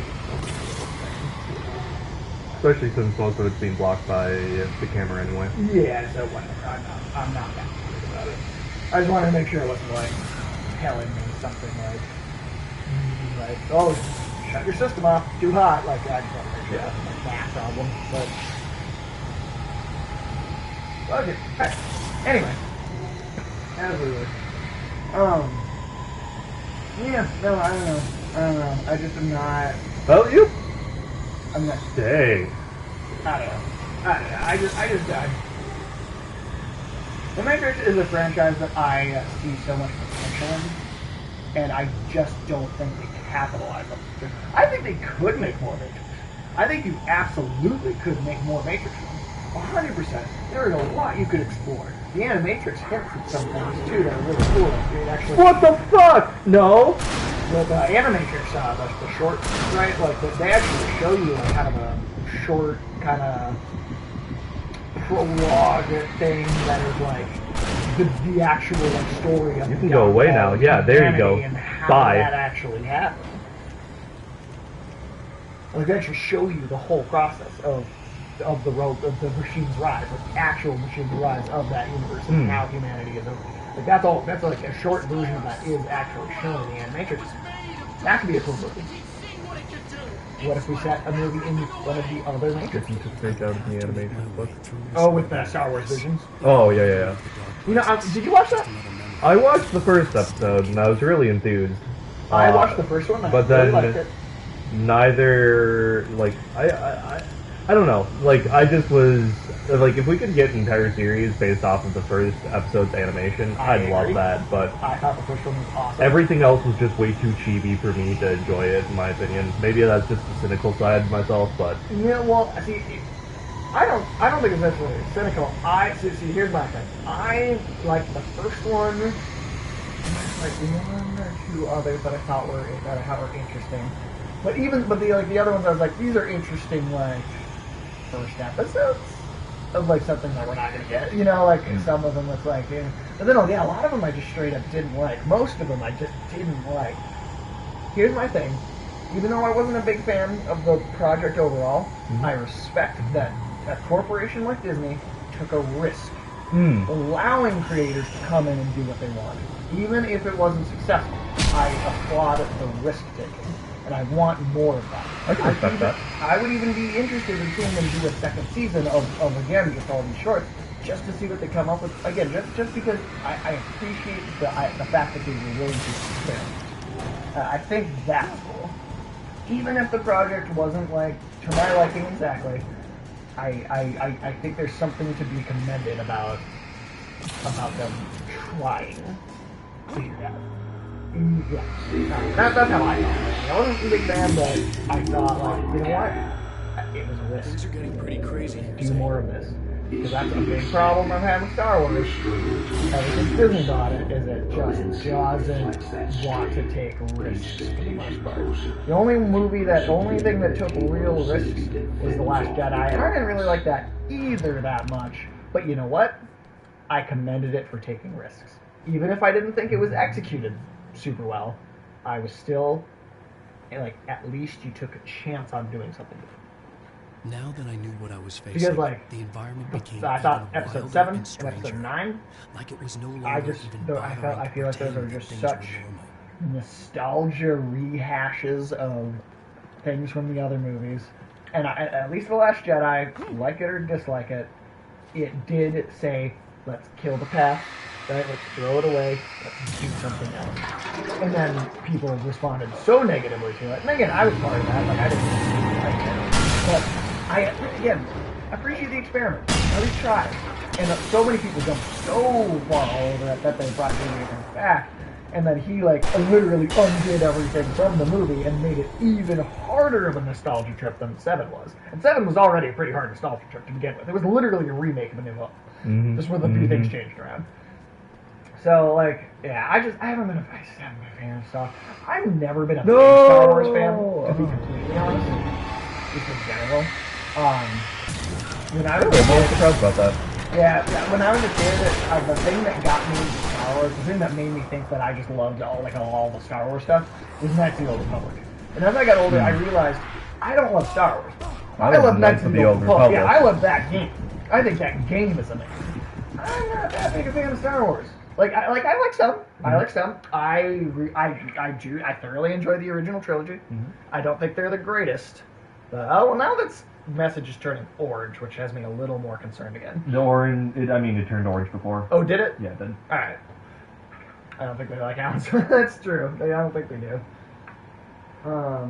Let me see the controller for a second. I'm going to just look at some options real quick in the menu. Just a moment. I just want to see.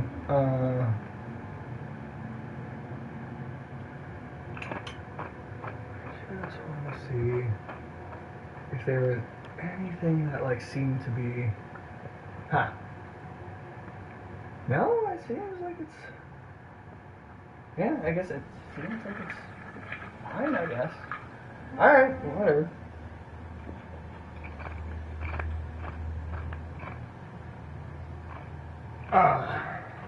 Yeah, I don't know. I hate the prequels. I hate those. I hate the prequel movies. I hate them so much. I can't stand those movies. Really? Jar Jar, the minstrel show that is Jar Jar. Like it was no longer even bothering to pretend. Really? Jar Jar's a minstrel?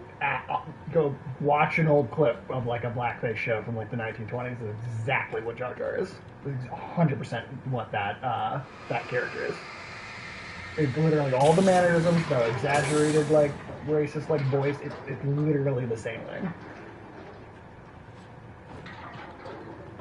And that's not the only racial stereotype thrown around in those movies. And the racist parts aren't even the only things I don't like about them. That's just the thing that stands out. But Watto, you know Watto, the little flying, dude, he's got the curls. He does? Yeah, he's got the curls. No. And at one point, he puts the hat on even, and he tries to rip them off. Constantly. Yeah, but the hat doesn't look like. On. Yeah, but the hat doesn't look like Eva. In the second movie. No, it does not. It was a moment. No, the brim is way too yod. Nadianka. Or are you talking about one of the Siddiq Jews? Yes.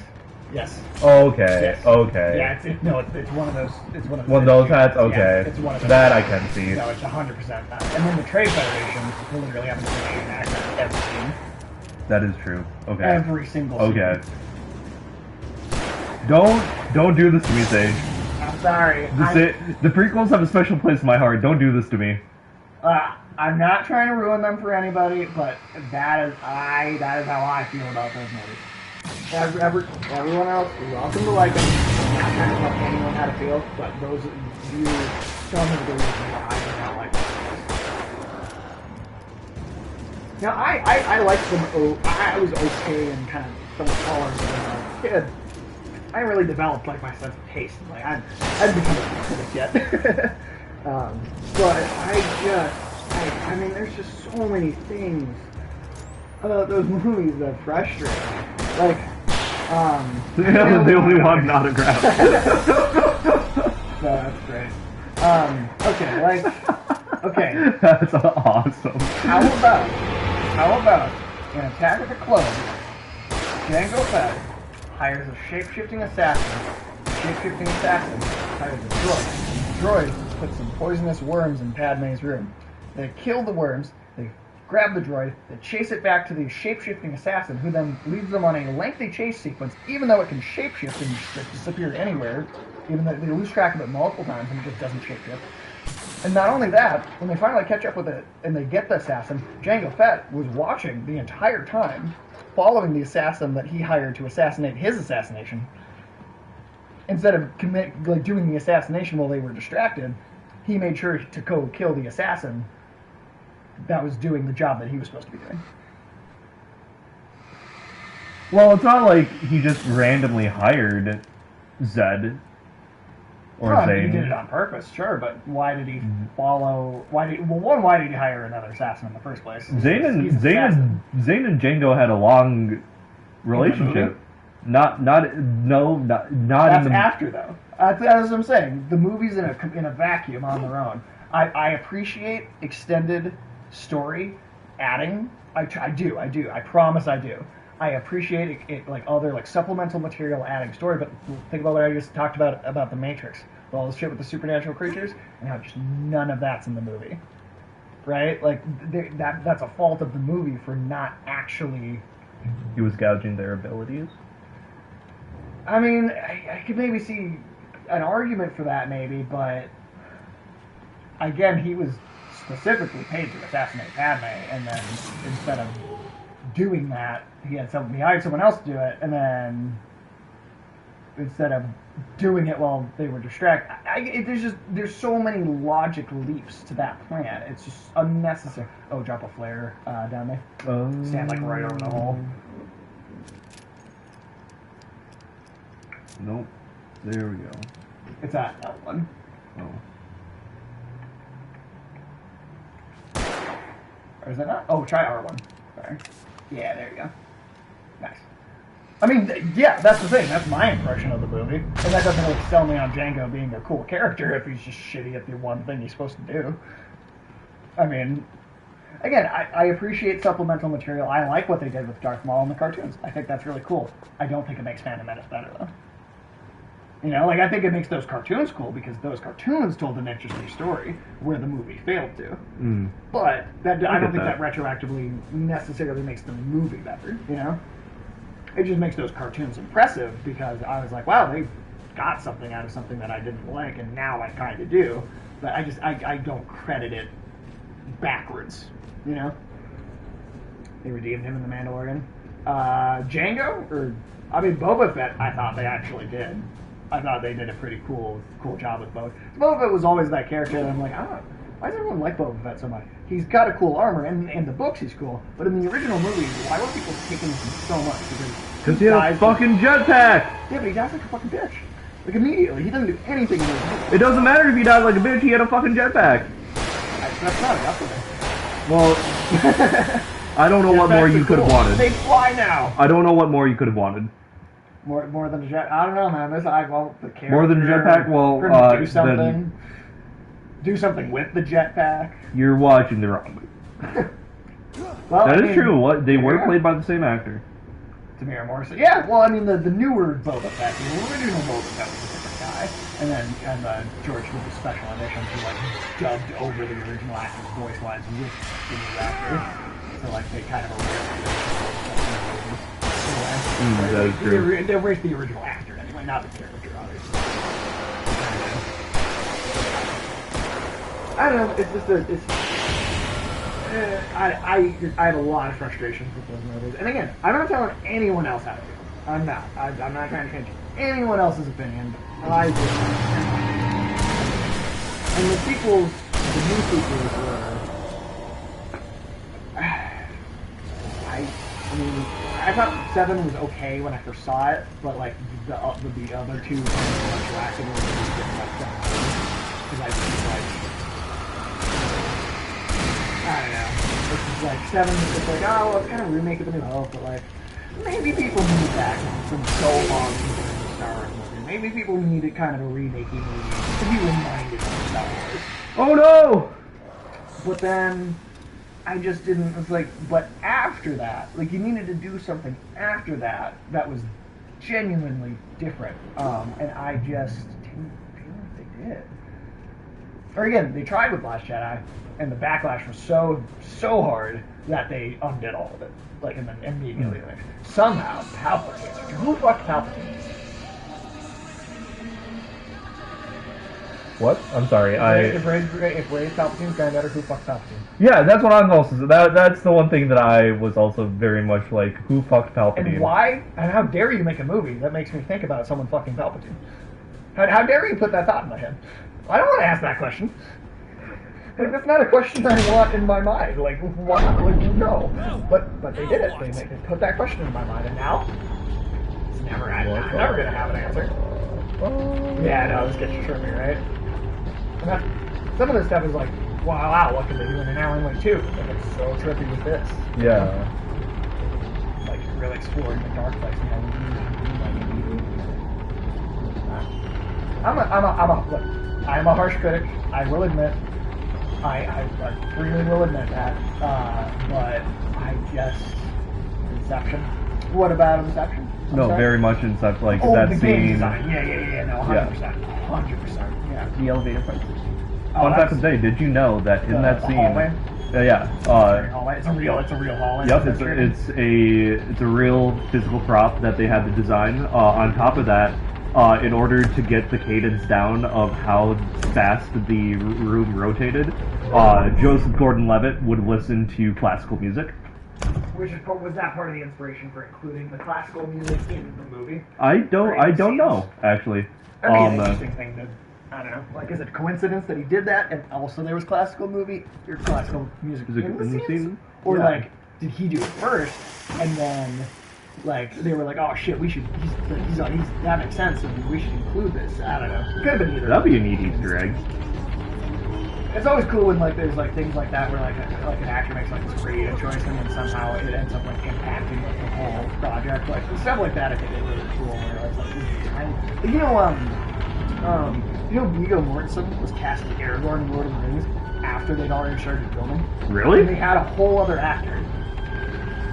Guys, it's time to clock out. They had a whole other actor playing Aragorn. What happened? I don't remember exactly, but something. I just think. Oh, okay. So here we're gonna wait for it to rotate. So we're gonna roll.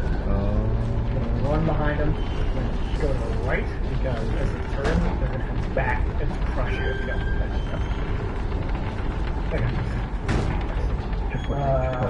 Okay. So don't do that. Hold on. Wait.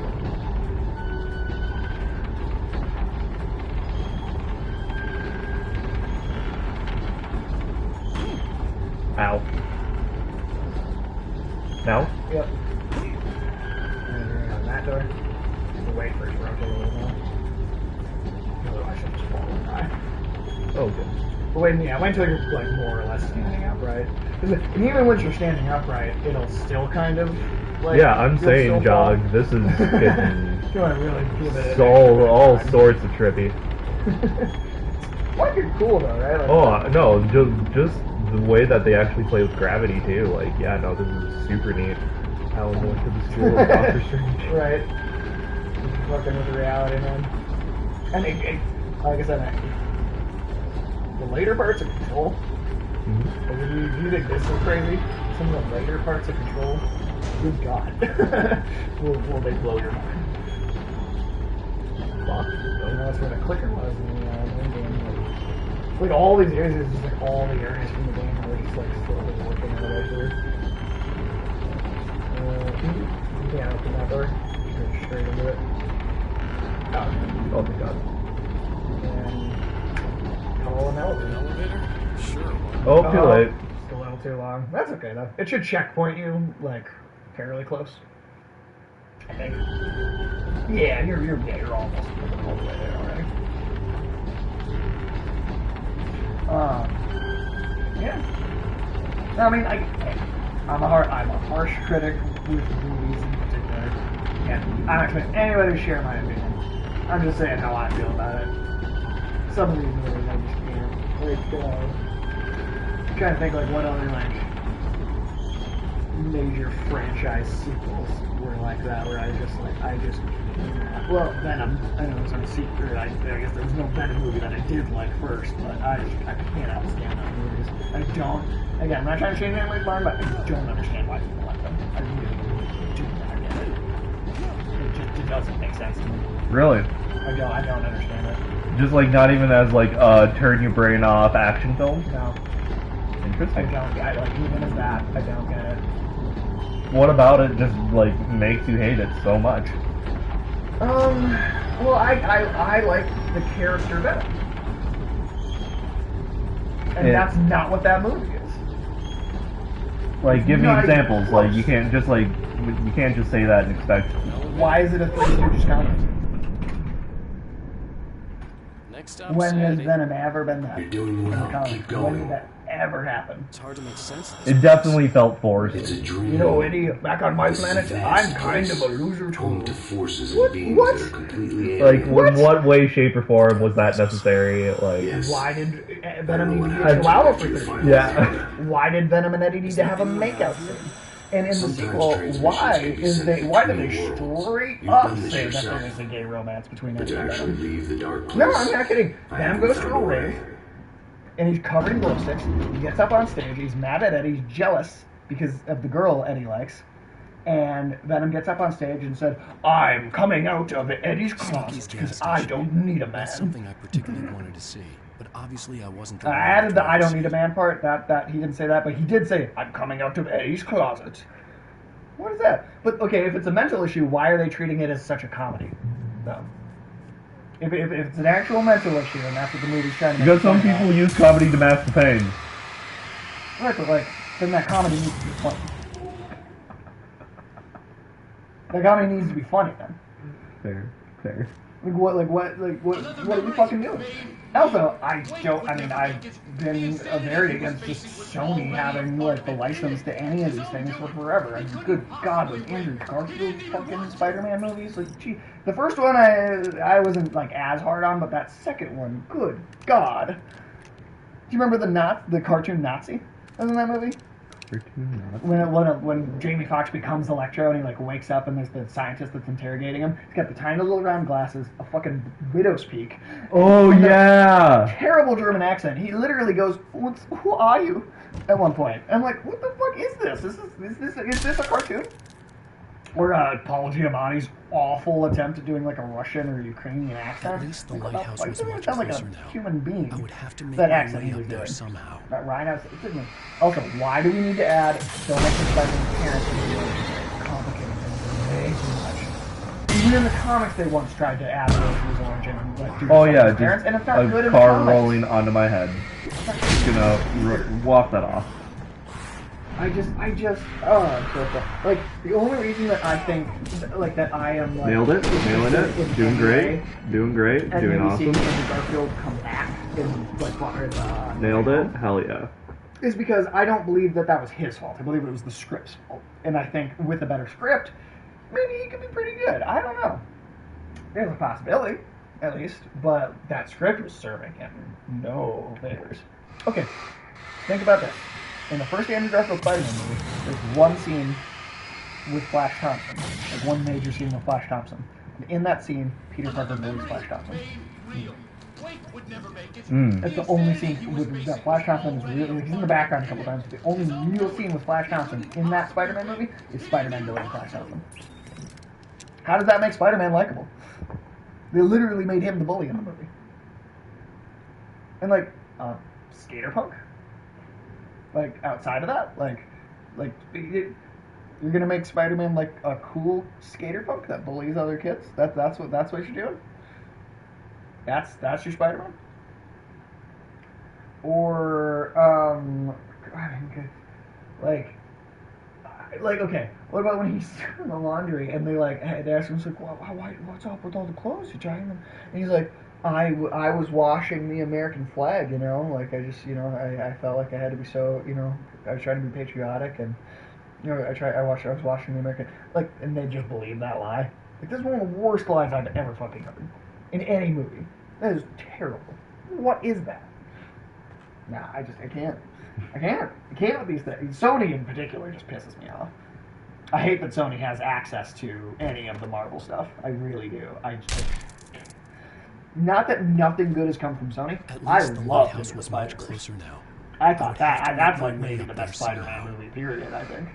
I can get behind that. I think my two favorites are Spider-Man 2, because I love Alfred Molina's Dr. Octopus, and then Into the Spider-Verse. Those are like my two favorite. But those ain't Spider-Man 3, Sony forced their hands in. Right? Good thing. Sony forced their hands in the last days. This is the very first Spider-Man movie. And I think that one's decent. Willem Dafoe, I think, is great in it. But, there's a lot of things about that movie I'm not into. About the costume. For sure. I think that was a weird, terrible power suit. And then the second the second movie I think is pretty good, and you know what? In that second movie,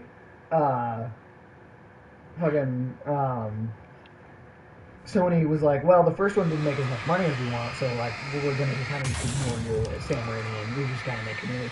I thought Spider-Man 2 turned out great. And then immediately they're like, well, now that Spider-Man 2's made money, we need to make sure we're making sure you don't fuck it up with the next one. So we're gonna come back in and tell you what to do. And then Spider-Man 3 was right, Topher Grace is Venom. Remember that? Eric from that 70s show was Venom. I didn't mind that so much, I'll be honest. There's no development though. I know it's bad, but it makes me feel good. My spider sense is tingling, if you know what I mean. That was literally all his dialogue once he became Venom. Every line was like that. You know what? The one scene I like of him, the one scene is when it first is dripping on him, as Jim Ross ripping it off with the bell towers, right? And it's falling on him. I'm like, oh, that's actually kind of fucked up looking. That's kind of cool. But then as soon as he's approaches Sandman, he's like, you want to kill the spider? I want to kill the spider. Why do we kill the spider together? No. You don't like that? Eddie Brock is a bodybuilder. Literally, that's part of his character. He's got an addictive personality, and he focuses into bodybuilding to avoid doing drugs or alcohol. That's literally an intrinsic part of the Eddie Brock character. Not in the Tom Hardy movies. Not in Spider-Man 3. The only thing that is actually attempted to adapt that element of character is there's a short film called Truth in Journalism. It's a fan film. And CGI is not great when they do show Venom. It's but the character and the personality that they write Eddie Brock with in that short film, that's Eddie Brock. That's Eddie Brock from the comics. That's what I want to see. And I highly encourage anyone to watch the Truth in Journalism short. It's 10, 15 minutes maybe. I think we got Bullseye in it, briefly. It's a really cool Bullseye even. That. Watch that. Bullseye as in... Daredevil. Okay. Yeah. Not as in... Wait, what was the other Bullseye? Oh. I mean, I don't know. Maybe it would have been funny. Yeah. Which explains how Paul Giamatti came up with his accent and his rhino with Spider-Man. Fair. Except, you know what? He wasn't even doing that. I don't know what he was. He didn't sound like that. That the Moose and Squirrel shit. Fuck you! You know what though? That Black Widow movie had that all over it. The terrible Russian accents. They were all doing that. Moose and Squirrel. They were all doing that. All of the accents were except for Florence Pugh. The only one I thought did a good job with the accent was Florence Pugh. I still haven't watched Black Widow yet. I won't get too in depth, but I didn't care for that one. That's my least favorite MCU movie. Yeah, I heard that not many people did. Like, I like Thor 2 and Iron Man 2 better. Wow. That's Because really you know saying what? something. I think those movies were things that they tried and fucked up on, and didn't turn out good. Black Widow feels like they didn't even try. It feels like they legitimately didn't care, and they were like Really? contractually obligated to put this out. Let's just throw it together, get it out of here. We don't want to work on this. That's what Black Widow felt like to me. That's sad. So I wouldn't even say it's necessarily like it's not even bad in like I mean it is, but like it's not only bad because I think it's just weak. I think it's bad because I feel like I can tell they just didn't put their effort in. Like I feel like they always put their effort in, even if it doesn't work out well, right? Even if if it's not successful, they try. And I didn't feel like they tried with Black Widow. I just didn't. I don't know what they were thinking with it, but like there's just so many things about it that don't make sense. You know what? One thing I can say, and I think including the Black Widow character in the family-friendly MCU in the first place kind of hurt the chances of her having a truly great Black Widow story in a solo film. Because a Black Widow story it's like the Punisher. You need to be able to be mature, and you need to be able to go places that the regular Marvel movies they're just not allowed to. Like Black Widow would have fit in better with like the Netflix characters, right? In terms of like tone, at least. And I like her as a supporting character. I think I liked Scarlett Johansson in those movies. I genuinely did. I thought in Winter Soldier. Yeah, I'm so glad they made Black Widow Asian.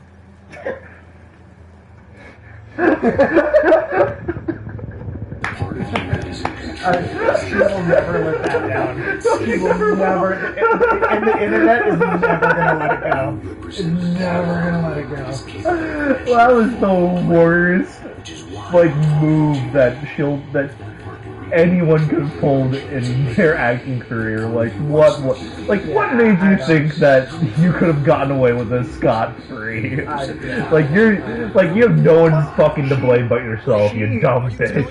She also is one of the celebrities that pushes it really gets on other people's cases about not being PC enough, and then she does that. Look, you want to try and hold social standards. I get it. Sometimes I think people are a little ridiculous about how but you do not get to do that and then do that. No. Either you don't care or you Pick one. No. you either care or you don't care. You gotta be something. There ain't no build a PC here. Keep going. No, it isn't a personal computer. Oh, also, this politically dialogue's correct. interesting because Zane is just totally refusing to answer questions now. Wait, who's Zane? Zane is this dude in a diving suit that keeps showing up with Alan Gray and giving Alan Wake advice. He was a writer in the 70s, and in the universe. In the game universe. He's like a big part of the catalyst for the whole story. And he's a big part of why evil dark presence, or the dark being, or whatever you want to call it, is on Earth in the first place. Thomas Zane is the guy who woke up the evil entity back in the 70s. And also, Thomas Zane may have created Alan Wake, and Alan Wake may have created Thomas Zane. They may have created each other, and it may be a weird Ouroboros effect of a snake eating its own tail, and there's just never really an answer as to who created who, because this game is weird. And you just like that. Ow! But I genuinely, I thought fucking Black Widow was good in Winter Soldier. Yeah. I thought they did it. They handled that character very well, and as a supporting. It's just really great to see movies. Bruce Banner in an interracial relationship. Well, okay. That joke aside, can we talk about how that was a very weird thing to do with those characters in general in Age of Ultron? I like Age of Ultron more than I think a lot of people do. I like Ultron as a villain. I think a lot of that movie I did enjoy. But them trying to have a relationship between Black Widow and the Hulk just was weird. I didn't get why they did that. But we just got so many great porn parodies out of it. You can't deny that part. Did we? I mean, are there a lot of those? Not a lot, but there are more than a few. I'll say that much. What about Betty? Where's Betty? Fuck Betty. But even in that movie, they referenced her. That is true. They did reference Betty, which was a little weird. Because they named the Hulkbuster Veronica, and then Betty and Veronica are rivals in the old school Archie comic, and Betty Ross is Bruce Banner's first love interest, so they named the Hulkbuster Veronica. I did not know that. Yeah, that's when Robert Downey, when he called it the Hulkbuster down, he's like, Jarvis, I need you to defend Veronica, and then he, like, all the pieces from the Hulkbuster come down. Yeah, I remember that's that. That's a reference to Archie. But I did not know that was a reference to Archie. Yeah. Like, both a reference to the character Nick and also to Archie. No, I did not reload. Fuck off, all of you.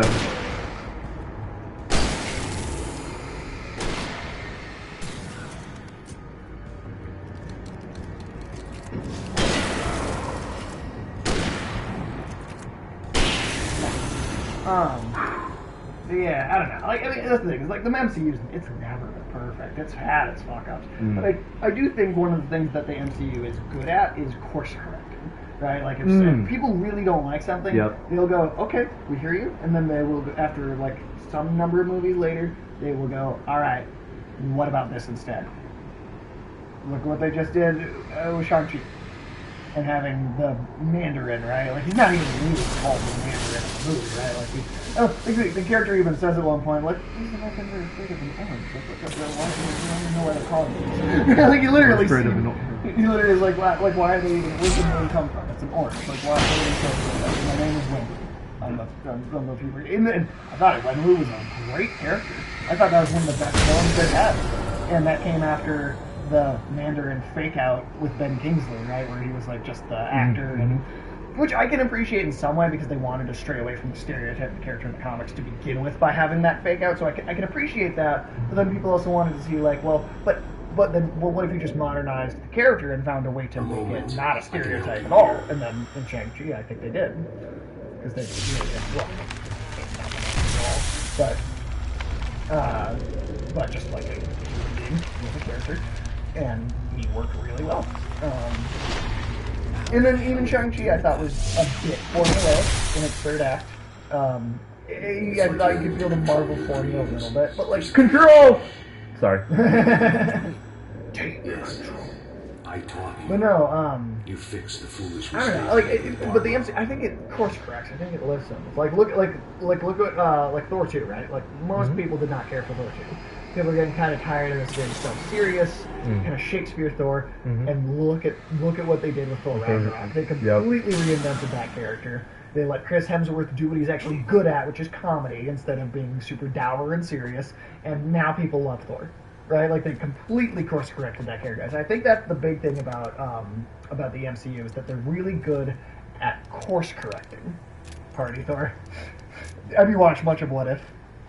No, I've not. One of the episodes is what if Thor was an only child, and so he's just like a fucking frat boy party animal because Loki was never around to like keep him on his toes. Yeah. So that's actually a really funny episode. But like, you know, like they listened and they did correct, and it doesn't mean they won't keep making mistakes, but like I do think they're good at like taking criticism and going like, all right, how could we do a better job of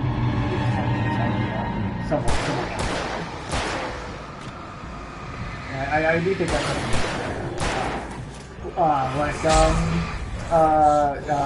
what? No, stop. Come on. Really?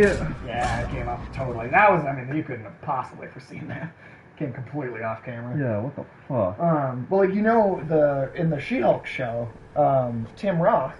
I've never watched the She-Hulk show. Oh, well, it's not a thing yet. Oh, okay. But Tim Roth, from that first, well, not first, but the MCU Hulk movie, right? With Edward Norton recasting. Oh, yeah. Tim Roth as the Abomination. God, I can believe that I was a part of that. But Tim Roth is going to be She-Hulk as the Abomination. Oh, right on. Yeah. And General Thunderbolt Ross was he was Abomination, and Thunderbolt Ross were the villains in that Hulk movie. And they basically they acknowledged that Hulk movie a little bit, right? And with the Avengers, and they didn't really talk about it again. But then in Captain America Civil War, General Thunderbolt Ross is the guy that comes in and makes them all tries to make them all sign these Sokovia Accords. Oh yeah. Right? That is a character directly from that first Hulk movie that immediately came over once they had a place for him to work. Hmm. And they're doing the same thing with Abomination, I think, in the She-Hulk show. Like, they found a way, they were like, all right, here, now we're doing a Hulk-focused property. Now we can kind of circle back and reconnect Tim Roth and the Abomination here. And they fixed his design. Because I don't know, do you remember what Abomination looks like? Or versus what it looks like in the comics? I know he looked like just one big piece of cat vomit. Basically. One of the big things is, like, Abomination in the comics, he's got these, like, really distinctive, like, kind of weird elvish, like, elf ears. And he literally had no ears in the movie. He literally didn't have any ears. And when he, like, I've seen pictures of what the Abomination's going to look like going forward in the MCU now. Hey, And you want to do this, they Alex? completely changed his design to look like the fucking comic now. They completely redid it. And I think they'll keep doing that, you know? Like, when they also had a cliffhanger in that whole movie. Oh, god damn it. Where Tim Blake Nelson got like some of that fucking damage was poured in his brain, and then his brain started growing, and they teased the leader, right? That's a big Hulk villain. He's got like super brain instead of super strength, right? It's gamma radiation, makes him smart. They teased that character, they set that character up in that Hulk movie, and then that never came back around to it. That's another opportunity that they could come back around and kind of do something now that they've had time to figure it out. That's good.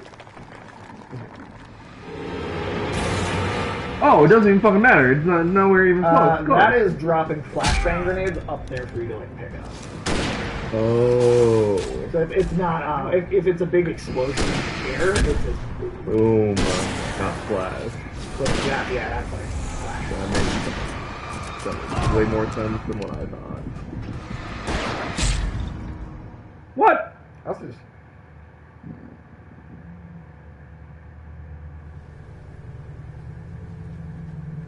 Huh?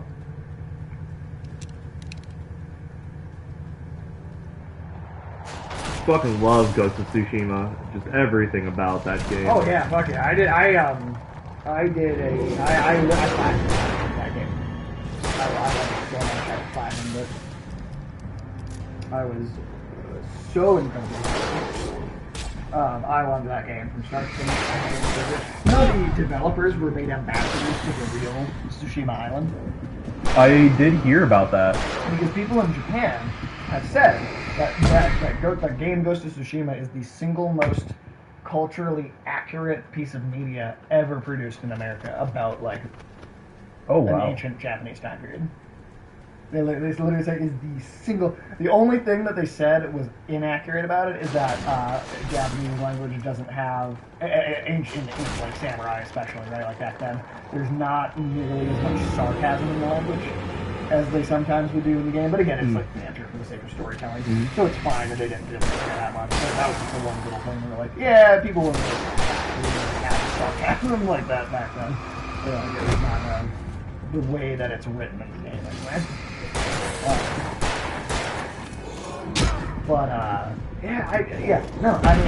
Woo. Damn. Big boys. Alright. Your turn. Yes. Switch back over here. Takes that headset from me. Alright.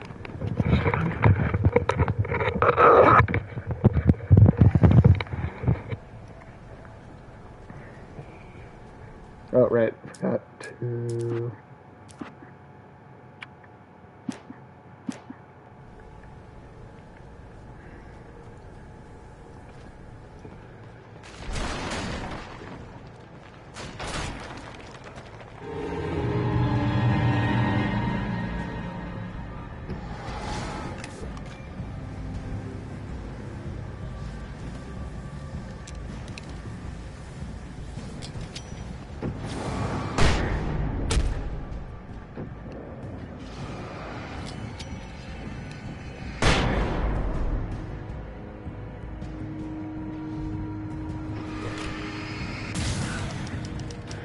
Oh, that's what the Flash is doing. It's making spotlights. Okay. Well, that's new. That's literally brand new to this area, so that's why I didn't realize. Alright. My bad. Still not the same thing as the boom, I guess. But... Yeah. Get out of here. Fucking birds.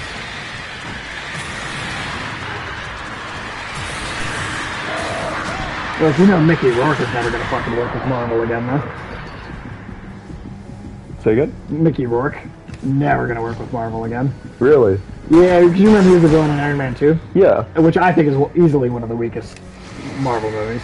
And I could even explain to you behind the scenes what ended up causing the things that I dislike about it, because that movie was actually meant to be kind of like the 1989 Batman's more of a Jack Nicholson's Joker movie than it is a Batman movie.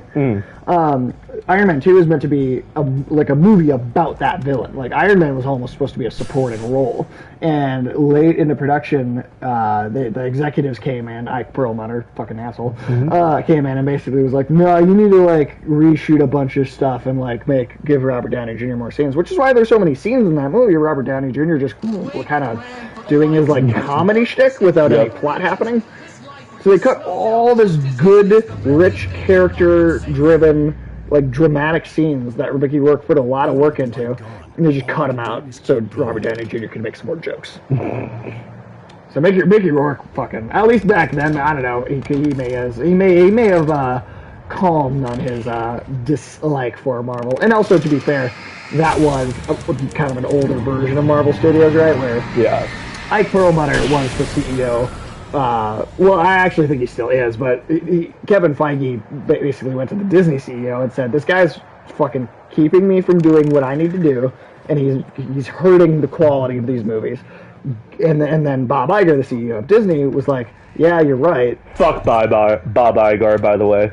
I mean, he's still a piece of shit. Bob Iger. But he did make a smart decision to give Kevin Feige creative control over Ike Perlmutter. Still a bad guy. Still an evil billionaire, right? Not arguing that at all. But the decision to make Kevin Feige the one that was actually in charge, that was a good decision. Ike Perlmutter is the guy who said, no Black Widow movie, no Captain Marvel movie, no Black Panther movie. Ike Perlmutter said, no one wants to see a movie with the black person, no one wants to see a movie with a female lead, right? That was Ike Perlmutter. Doesn't make Bob Iger a good guy, but it was a smart decision to let Kevin Feige be the one that's actually in charge. Do you know that Black Panther would have been in, like, the initial 6 movies and part of the first Avengers? What? If Kevin Feige had gotten to do what he wanted from the beginning. Black Panther would have been, like, one of the first movies. But Ike Perlmutter, as the CEO of Marvel, kept going, like, nobody wants to see a movie with black characters. Or women, right? Captain Marvel also would have been, like, the first couple of movies, too. I feel like if Captain Marvel was one of the first movies, that would have been better overall. It also probably would have been a very different movie from what it ended up being. Yeah. It wouldn't have been the same movie. I'm not really a big fan of how Captain Marvel turned out, personally. I thought it was mediocre. It was too much. I think are interesting. It was too much stereotypical girl power, and I was just like, I feel like you could have executed this differently. It didn't feel genuine. Yes, it felt exactly. like a corporation making a girl power movie, not a, like, you know, there are parts that I like. I think making the Skrulls good guys, I thought that was cool. I thought that was a really genius move. But... yeah, I don't think... my biggest issue with the movie is I don't think she really goes through an actual change in her own personal character. All of her problems are external. She doesn't really have any... She doesn't really have a personal flaw that she has to correct within herself, and I think that's what hurts it. I think that's the thing that kind of... And you know what? I have that was very no true. spoilers, but a similar complaint about that. Who's the Blazer cardigans? Who's the guy with the cardigan? Is that Zane or is that's Dr. Hartman? Yeah. He's the guy that like basically kidnaps Alan and like tries to convince him he's crazy and tries to trick him into using more like Dr. Gaslight. Yeah.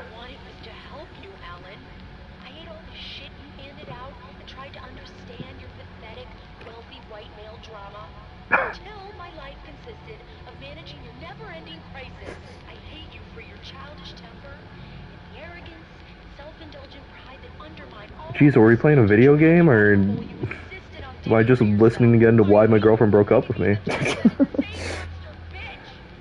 No, I genuinely have this kind of a similar complaint about Black Widow. I felt like she didn't really have a flaw in that movie that she overcame. I immediately thought of what I thought would have been a much better Black Widow movie, which would have been to set it entirely in the past and have it be about her defecting, right, and joining S.H.I.E.L.D. in the first place. You end that movie, you end the Black Widow movie with her wearing a S.H.I.E.L.D. uniform for the first time, looking at herself in the mirror going, oh my god, all these horrible things I've done, do I really deserve this? And then you let the character development from the other movies and her redemption speak for itself. But that's not what they did. Yeah. That's what they should have done, though. And if you did that, you could have made the more grounded spy film by going further into the past. Yeah. Whereas, as it is, the movie is like, you know, you're going to try and make a grounded spy movie about the woman who went to a, you know, planet to get a magic stone from a red skeleton to fight a purple dude who was putting together his magic power. Like you're trying to do a grounded movie with a character that was in that situation. Yeah. But you have to go way back into the past for that to work. And they just were like, no, we're going to set it like right before Civil War. Or like right after Civil War. Which again, in theory, could have been good, but they just didn't do what they needed to do with it. Yeah, some of these just creative decisions I just don't understand sometimes. And I did not like how they did Taskmaster as the villain in the Black Widow movie. I've not even seen like screen grabs of Taskmaster. I legitimately thought it was just as bad as Deadpool and X-Men Origins Wolverine when they like sewed his mouth shut. Oh wow, yeah, I really? thought it was that bad. Yeah, I thought it was that because bad. That's like some of that's like one some of the worst worst ever. Yeah, I would put it up on that level of like bad like adaptations of characters. Yeah. They completely shat all over anything interesting about Taskmaster. Taskmaster's a cool fucking character in the comics. He can fight off like every Avenger at once, basically. Like, holy shit. Like, or here's the thing: if you wanted to set it right after Civil War, the story of the movie should have been she was being hunted by Ross, right, and the government after Civil War, and Ross hires Taskmaster to go after her, and she has to go find a bunch of dormant Black Widows because one Black Widow isn't enough to fight Taskmaster, but like a strike team of 12 Black Widows fighting this like unbelievable martial artist. That would have been like the raid, like make like the raid but with Black Widow. That would have been fucking cool. Also, like, how are they not getting those goddamn choreographers? How are they not making any movies? Yeah. How's that happening? They made a Mortal Kombat movie. They didn't fucking think once to call those guys. Like, really? You didn't think one time?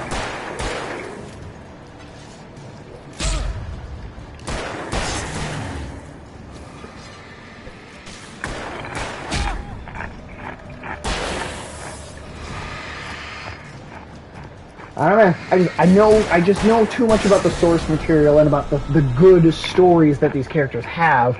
So when I see one that doesn't live up to it, I'm just like, I can't help but make like a million little criticisms about it because I'm like, but I know what you your brain off about it. Yeah, I was like, well, I know what you could have done. You know, it's like same thing with Thor 2. You know, the Dark Elf Malekith. Mm-hmm. Fucking awesome character in the comics. He's fucking cool. He's like half purple, half gray, and he's got this crazy fucking personality. He's like almost like an elf Hannibal Lecter. And I'm like, you're gonna just have Christopher Eccleston, who is a good actor too, who could have been good at that character. Get a good actor and a good character, and you ruin both of them.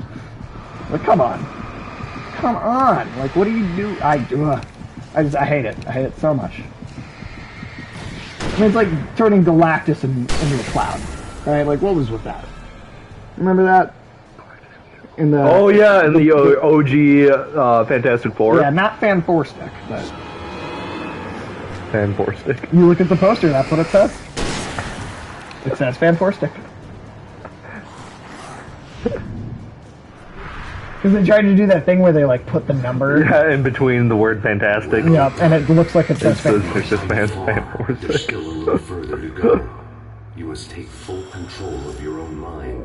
Reject all of the fantasies you have constructed. You know, just because of that little message that's been on the screen for a bit, once we beat this DLC, which we are almost done with, I might I might shut the stream down just for a few minutes, just so I can like turn the machines off, let them rest for a moment, and then turn them back on.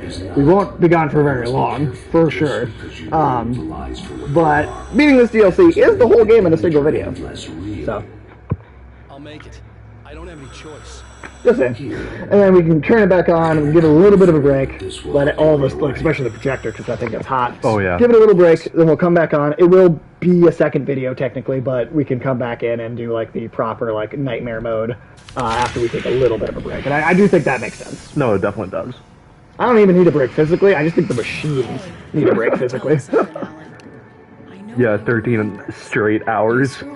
Almost 15, actually. 15 straight In hours? 10 minutes, it'll be 15. Oh, Jesus. Yeah. Yeah, literally almost at 15 hours. Yes, you do. I know how it goes. You're a complete failure. Oh, look at that giant. For whatever it was that you did. Oh, whoa. We're getting up. It was like at the very beginning of the game, right? There's that lighthouse you're trying to get to. Coming. It's all in your head. There were too many of them. Hordes and hordes of them. Swarming over the landscape, eager to kill. They were coming for Wake. And this time they would get it with sheer numbers. Jeez. Like they hadn't already been doing sheer numbers. But this is cool. You just like clear these boulders out of the way, and then the giant lighthouse will come and just fucking destroy them for you. So you just have to make sure that your path is like clear as you go. That's a neat mechanic.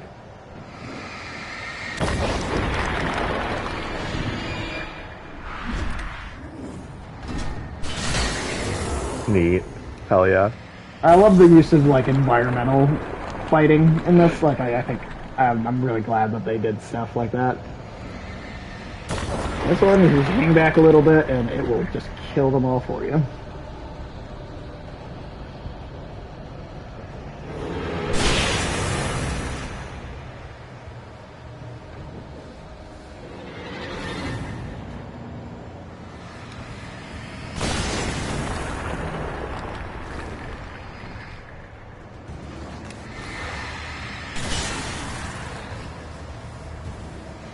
And there we go. Ah! I'm walking in. I don't know why that's doing my brain just goes. Hey, I'm walking here. Hey, can't you see I'm walking here? Popcorn, peanuts, hot dogs.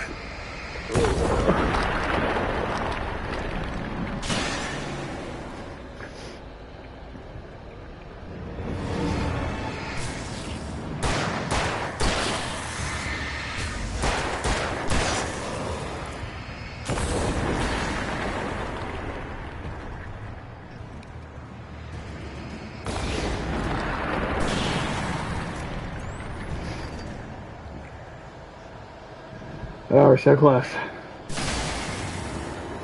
Ah! Oh yeah, we're good.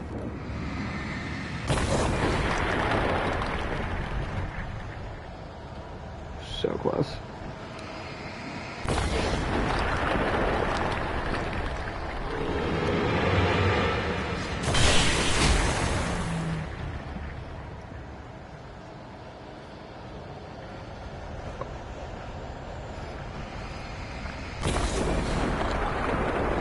Oh, this is literally gonna be fun trying to upload a 15-hour video to YouTube. Oh, jeez. It's gonna take so long to compress. Yeah. I'm gonna say at least 48 hours.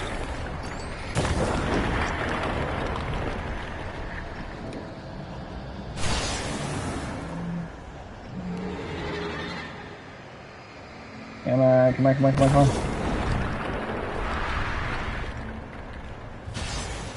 Yeah. And also, this is the lighthouse from the dream sequence that is like the prologue/tutorial at the very beginning of the game, too. The lighthouse. I was relieved to have made it here, but I wasn't sure what was going to happen now. It also makes sense that the lighthouse is the last thing you see. First and last. There's always a man, there's always a lighthouse. Alan Wake is Booker to it. I wanted wasn't sure what the dark... The similar motif is interesting, though. But from now on, I was on my own. Something about lighthouses. I would never have made it by myself. This thing was going to end. It wouldn't be long now. Whoop. All right, here we go. So this is where we've been hanging off for like 11 years story-wise. Return, literally the word return.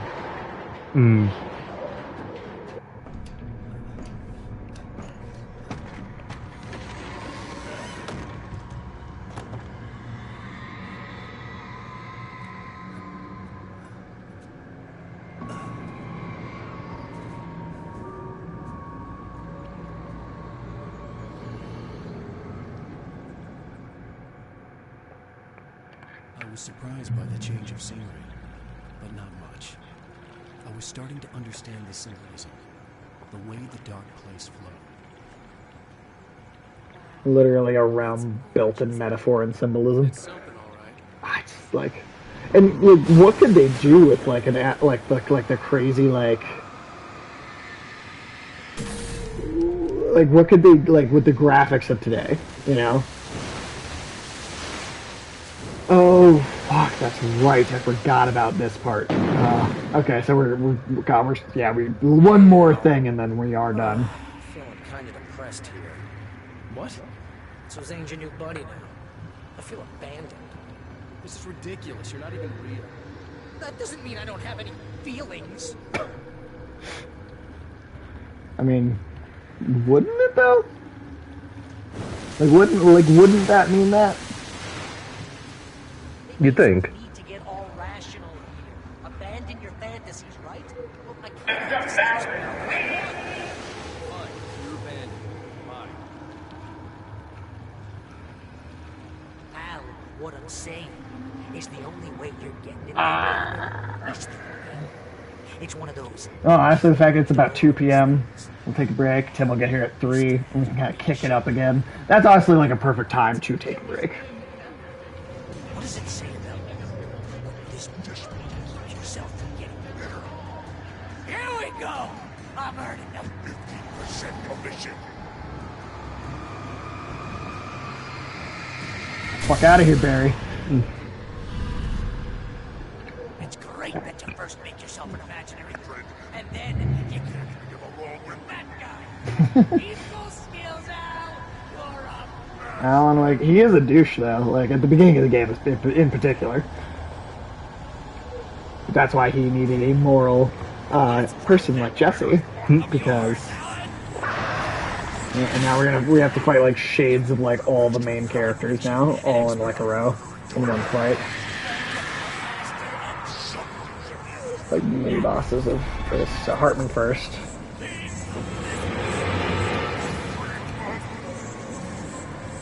Damn it. I hate these speedy guys. Come on. Come on.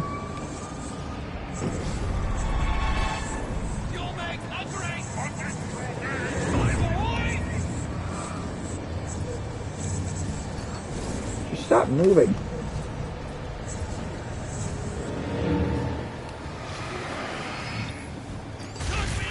There we go.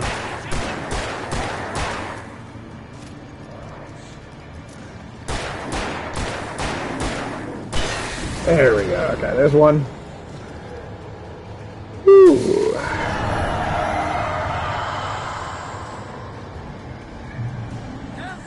It's great. Mostly it's just making sure you don't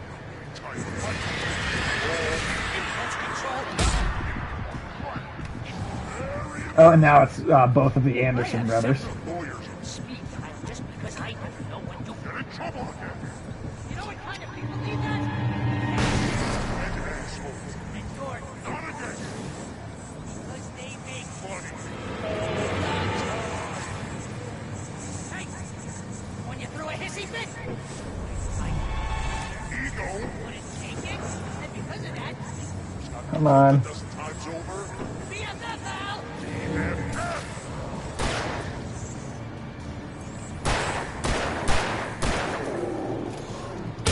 Oh shit. Alright, forgot there were two of them for a second.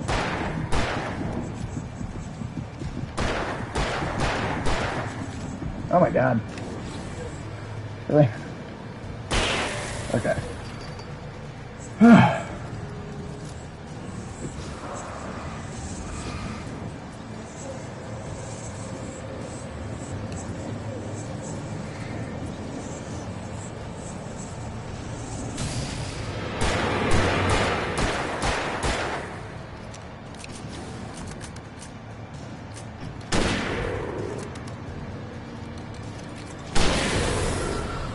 Ah, Jesus Christ. These enemies are... Okay, I think Barry's the last one. Certainly has.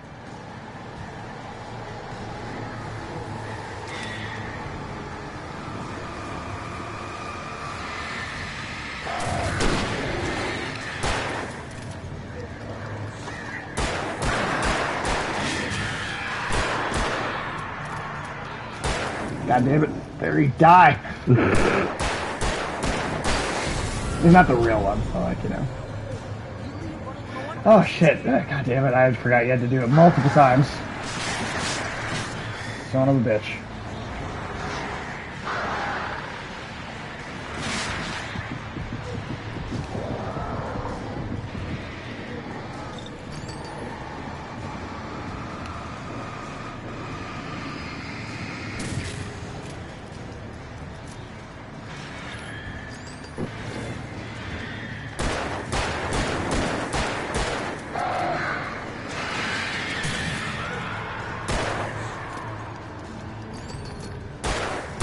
I was like, there's no, Corbin was talking about this earlier, but there's no animation for him reloading the battery. You just press the button and it's just... It's just there. Yeah, like there's no actual, like...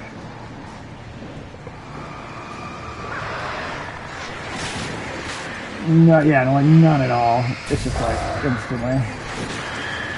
The battery load is just the Alan Wake version of the climbing animation. Oh, son of a bitch. It's great. Mostly consistent. Okay. So, all of them except for Hartman. We're so close.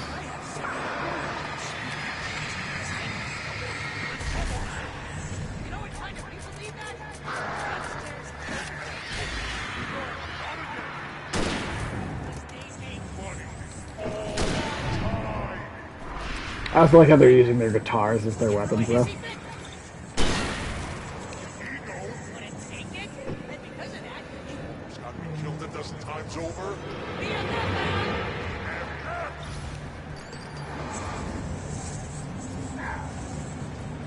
Oh man. Oh, I guess that's the shotgun. Oh wait, hold on. Scan. Oh shit.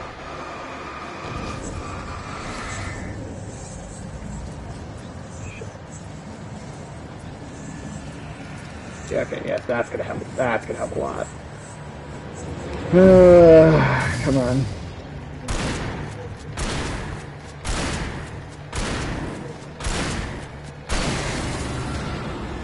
You just don't like dying, do you? Yep, over 15 hours now. Woo! Certainly has.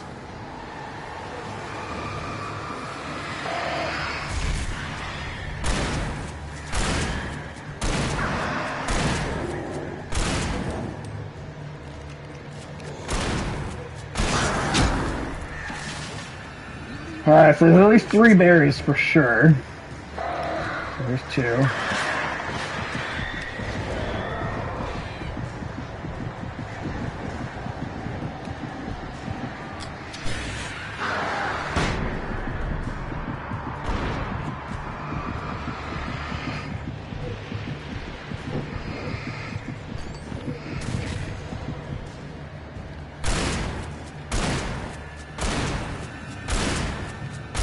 Come on, please just be a video game rule of 3s. Don't have another one. Driving me nuts.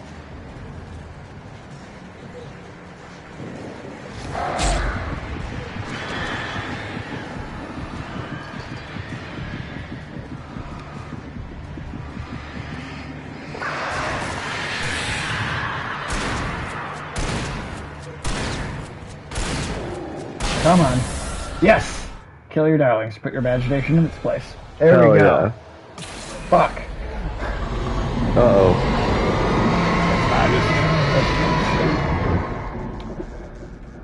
Oh, God. Okay.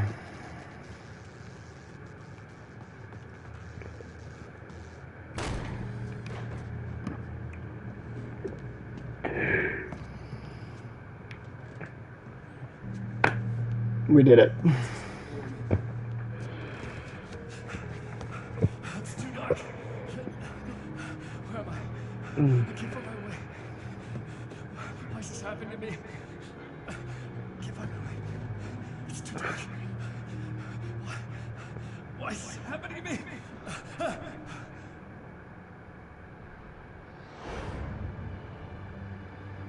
Just like that. Amazing. It was clear. Zane had been right. I could think clearly again.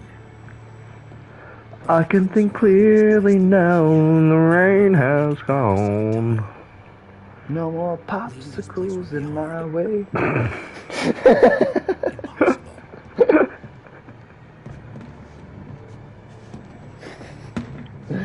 Impossible. Oh boy. Alright.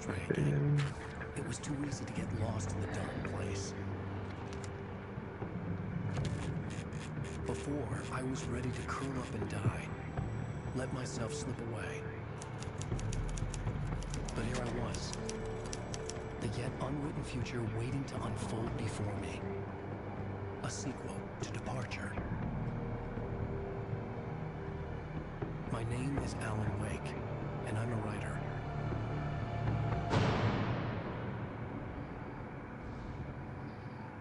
And that was what we had for 11 years.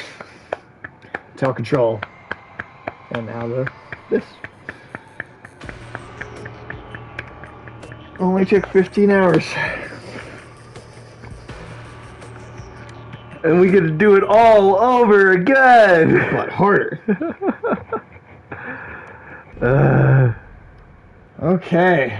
And on that note, we are going to take a break to give the machines some time to rest. Thank you everybody who has been with us for this very, very long stream. We will be going live in a little bit, but we're just to give the machines some time to breathe. We will be back shortly.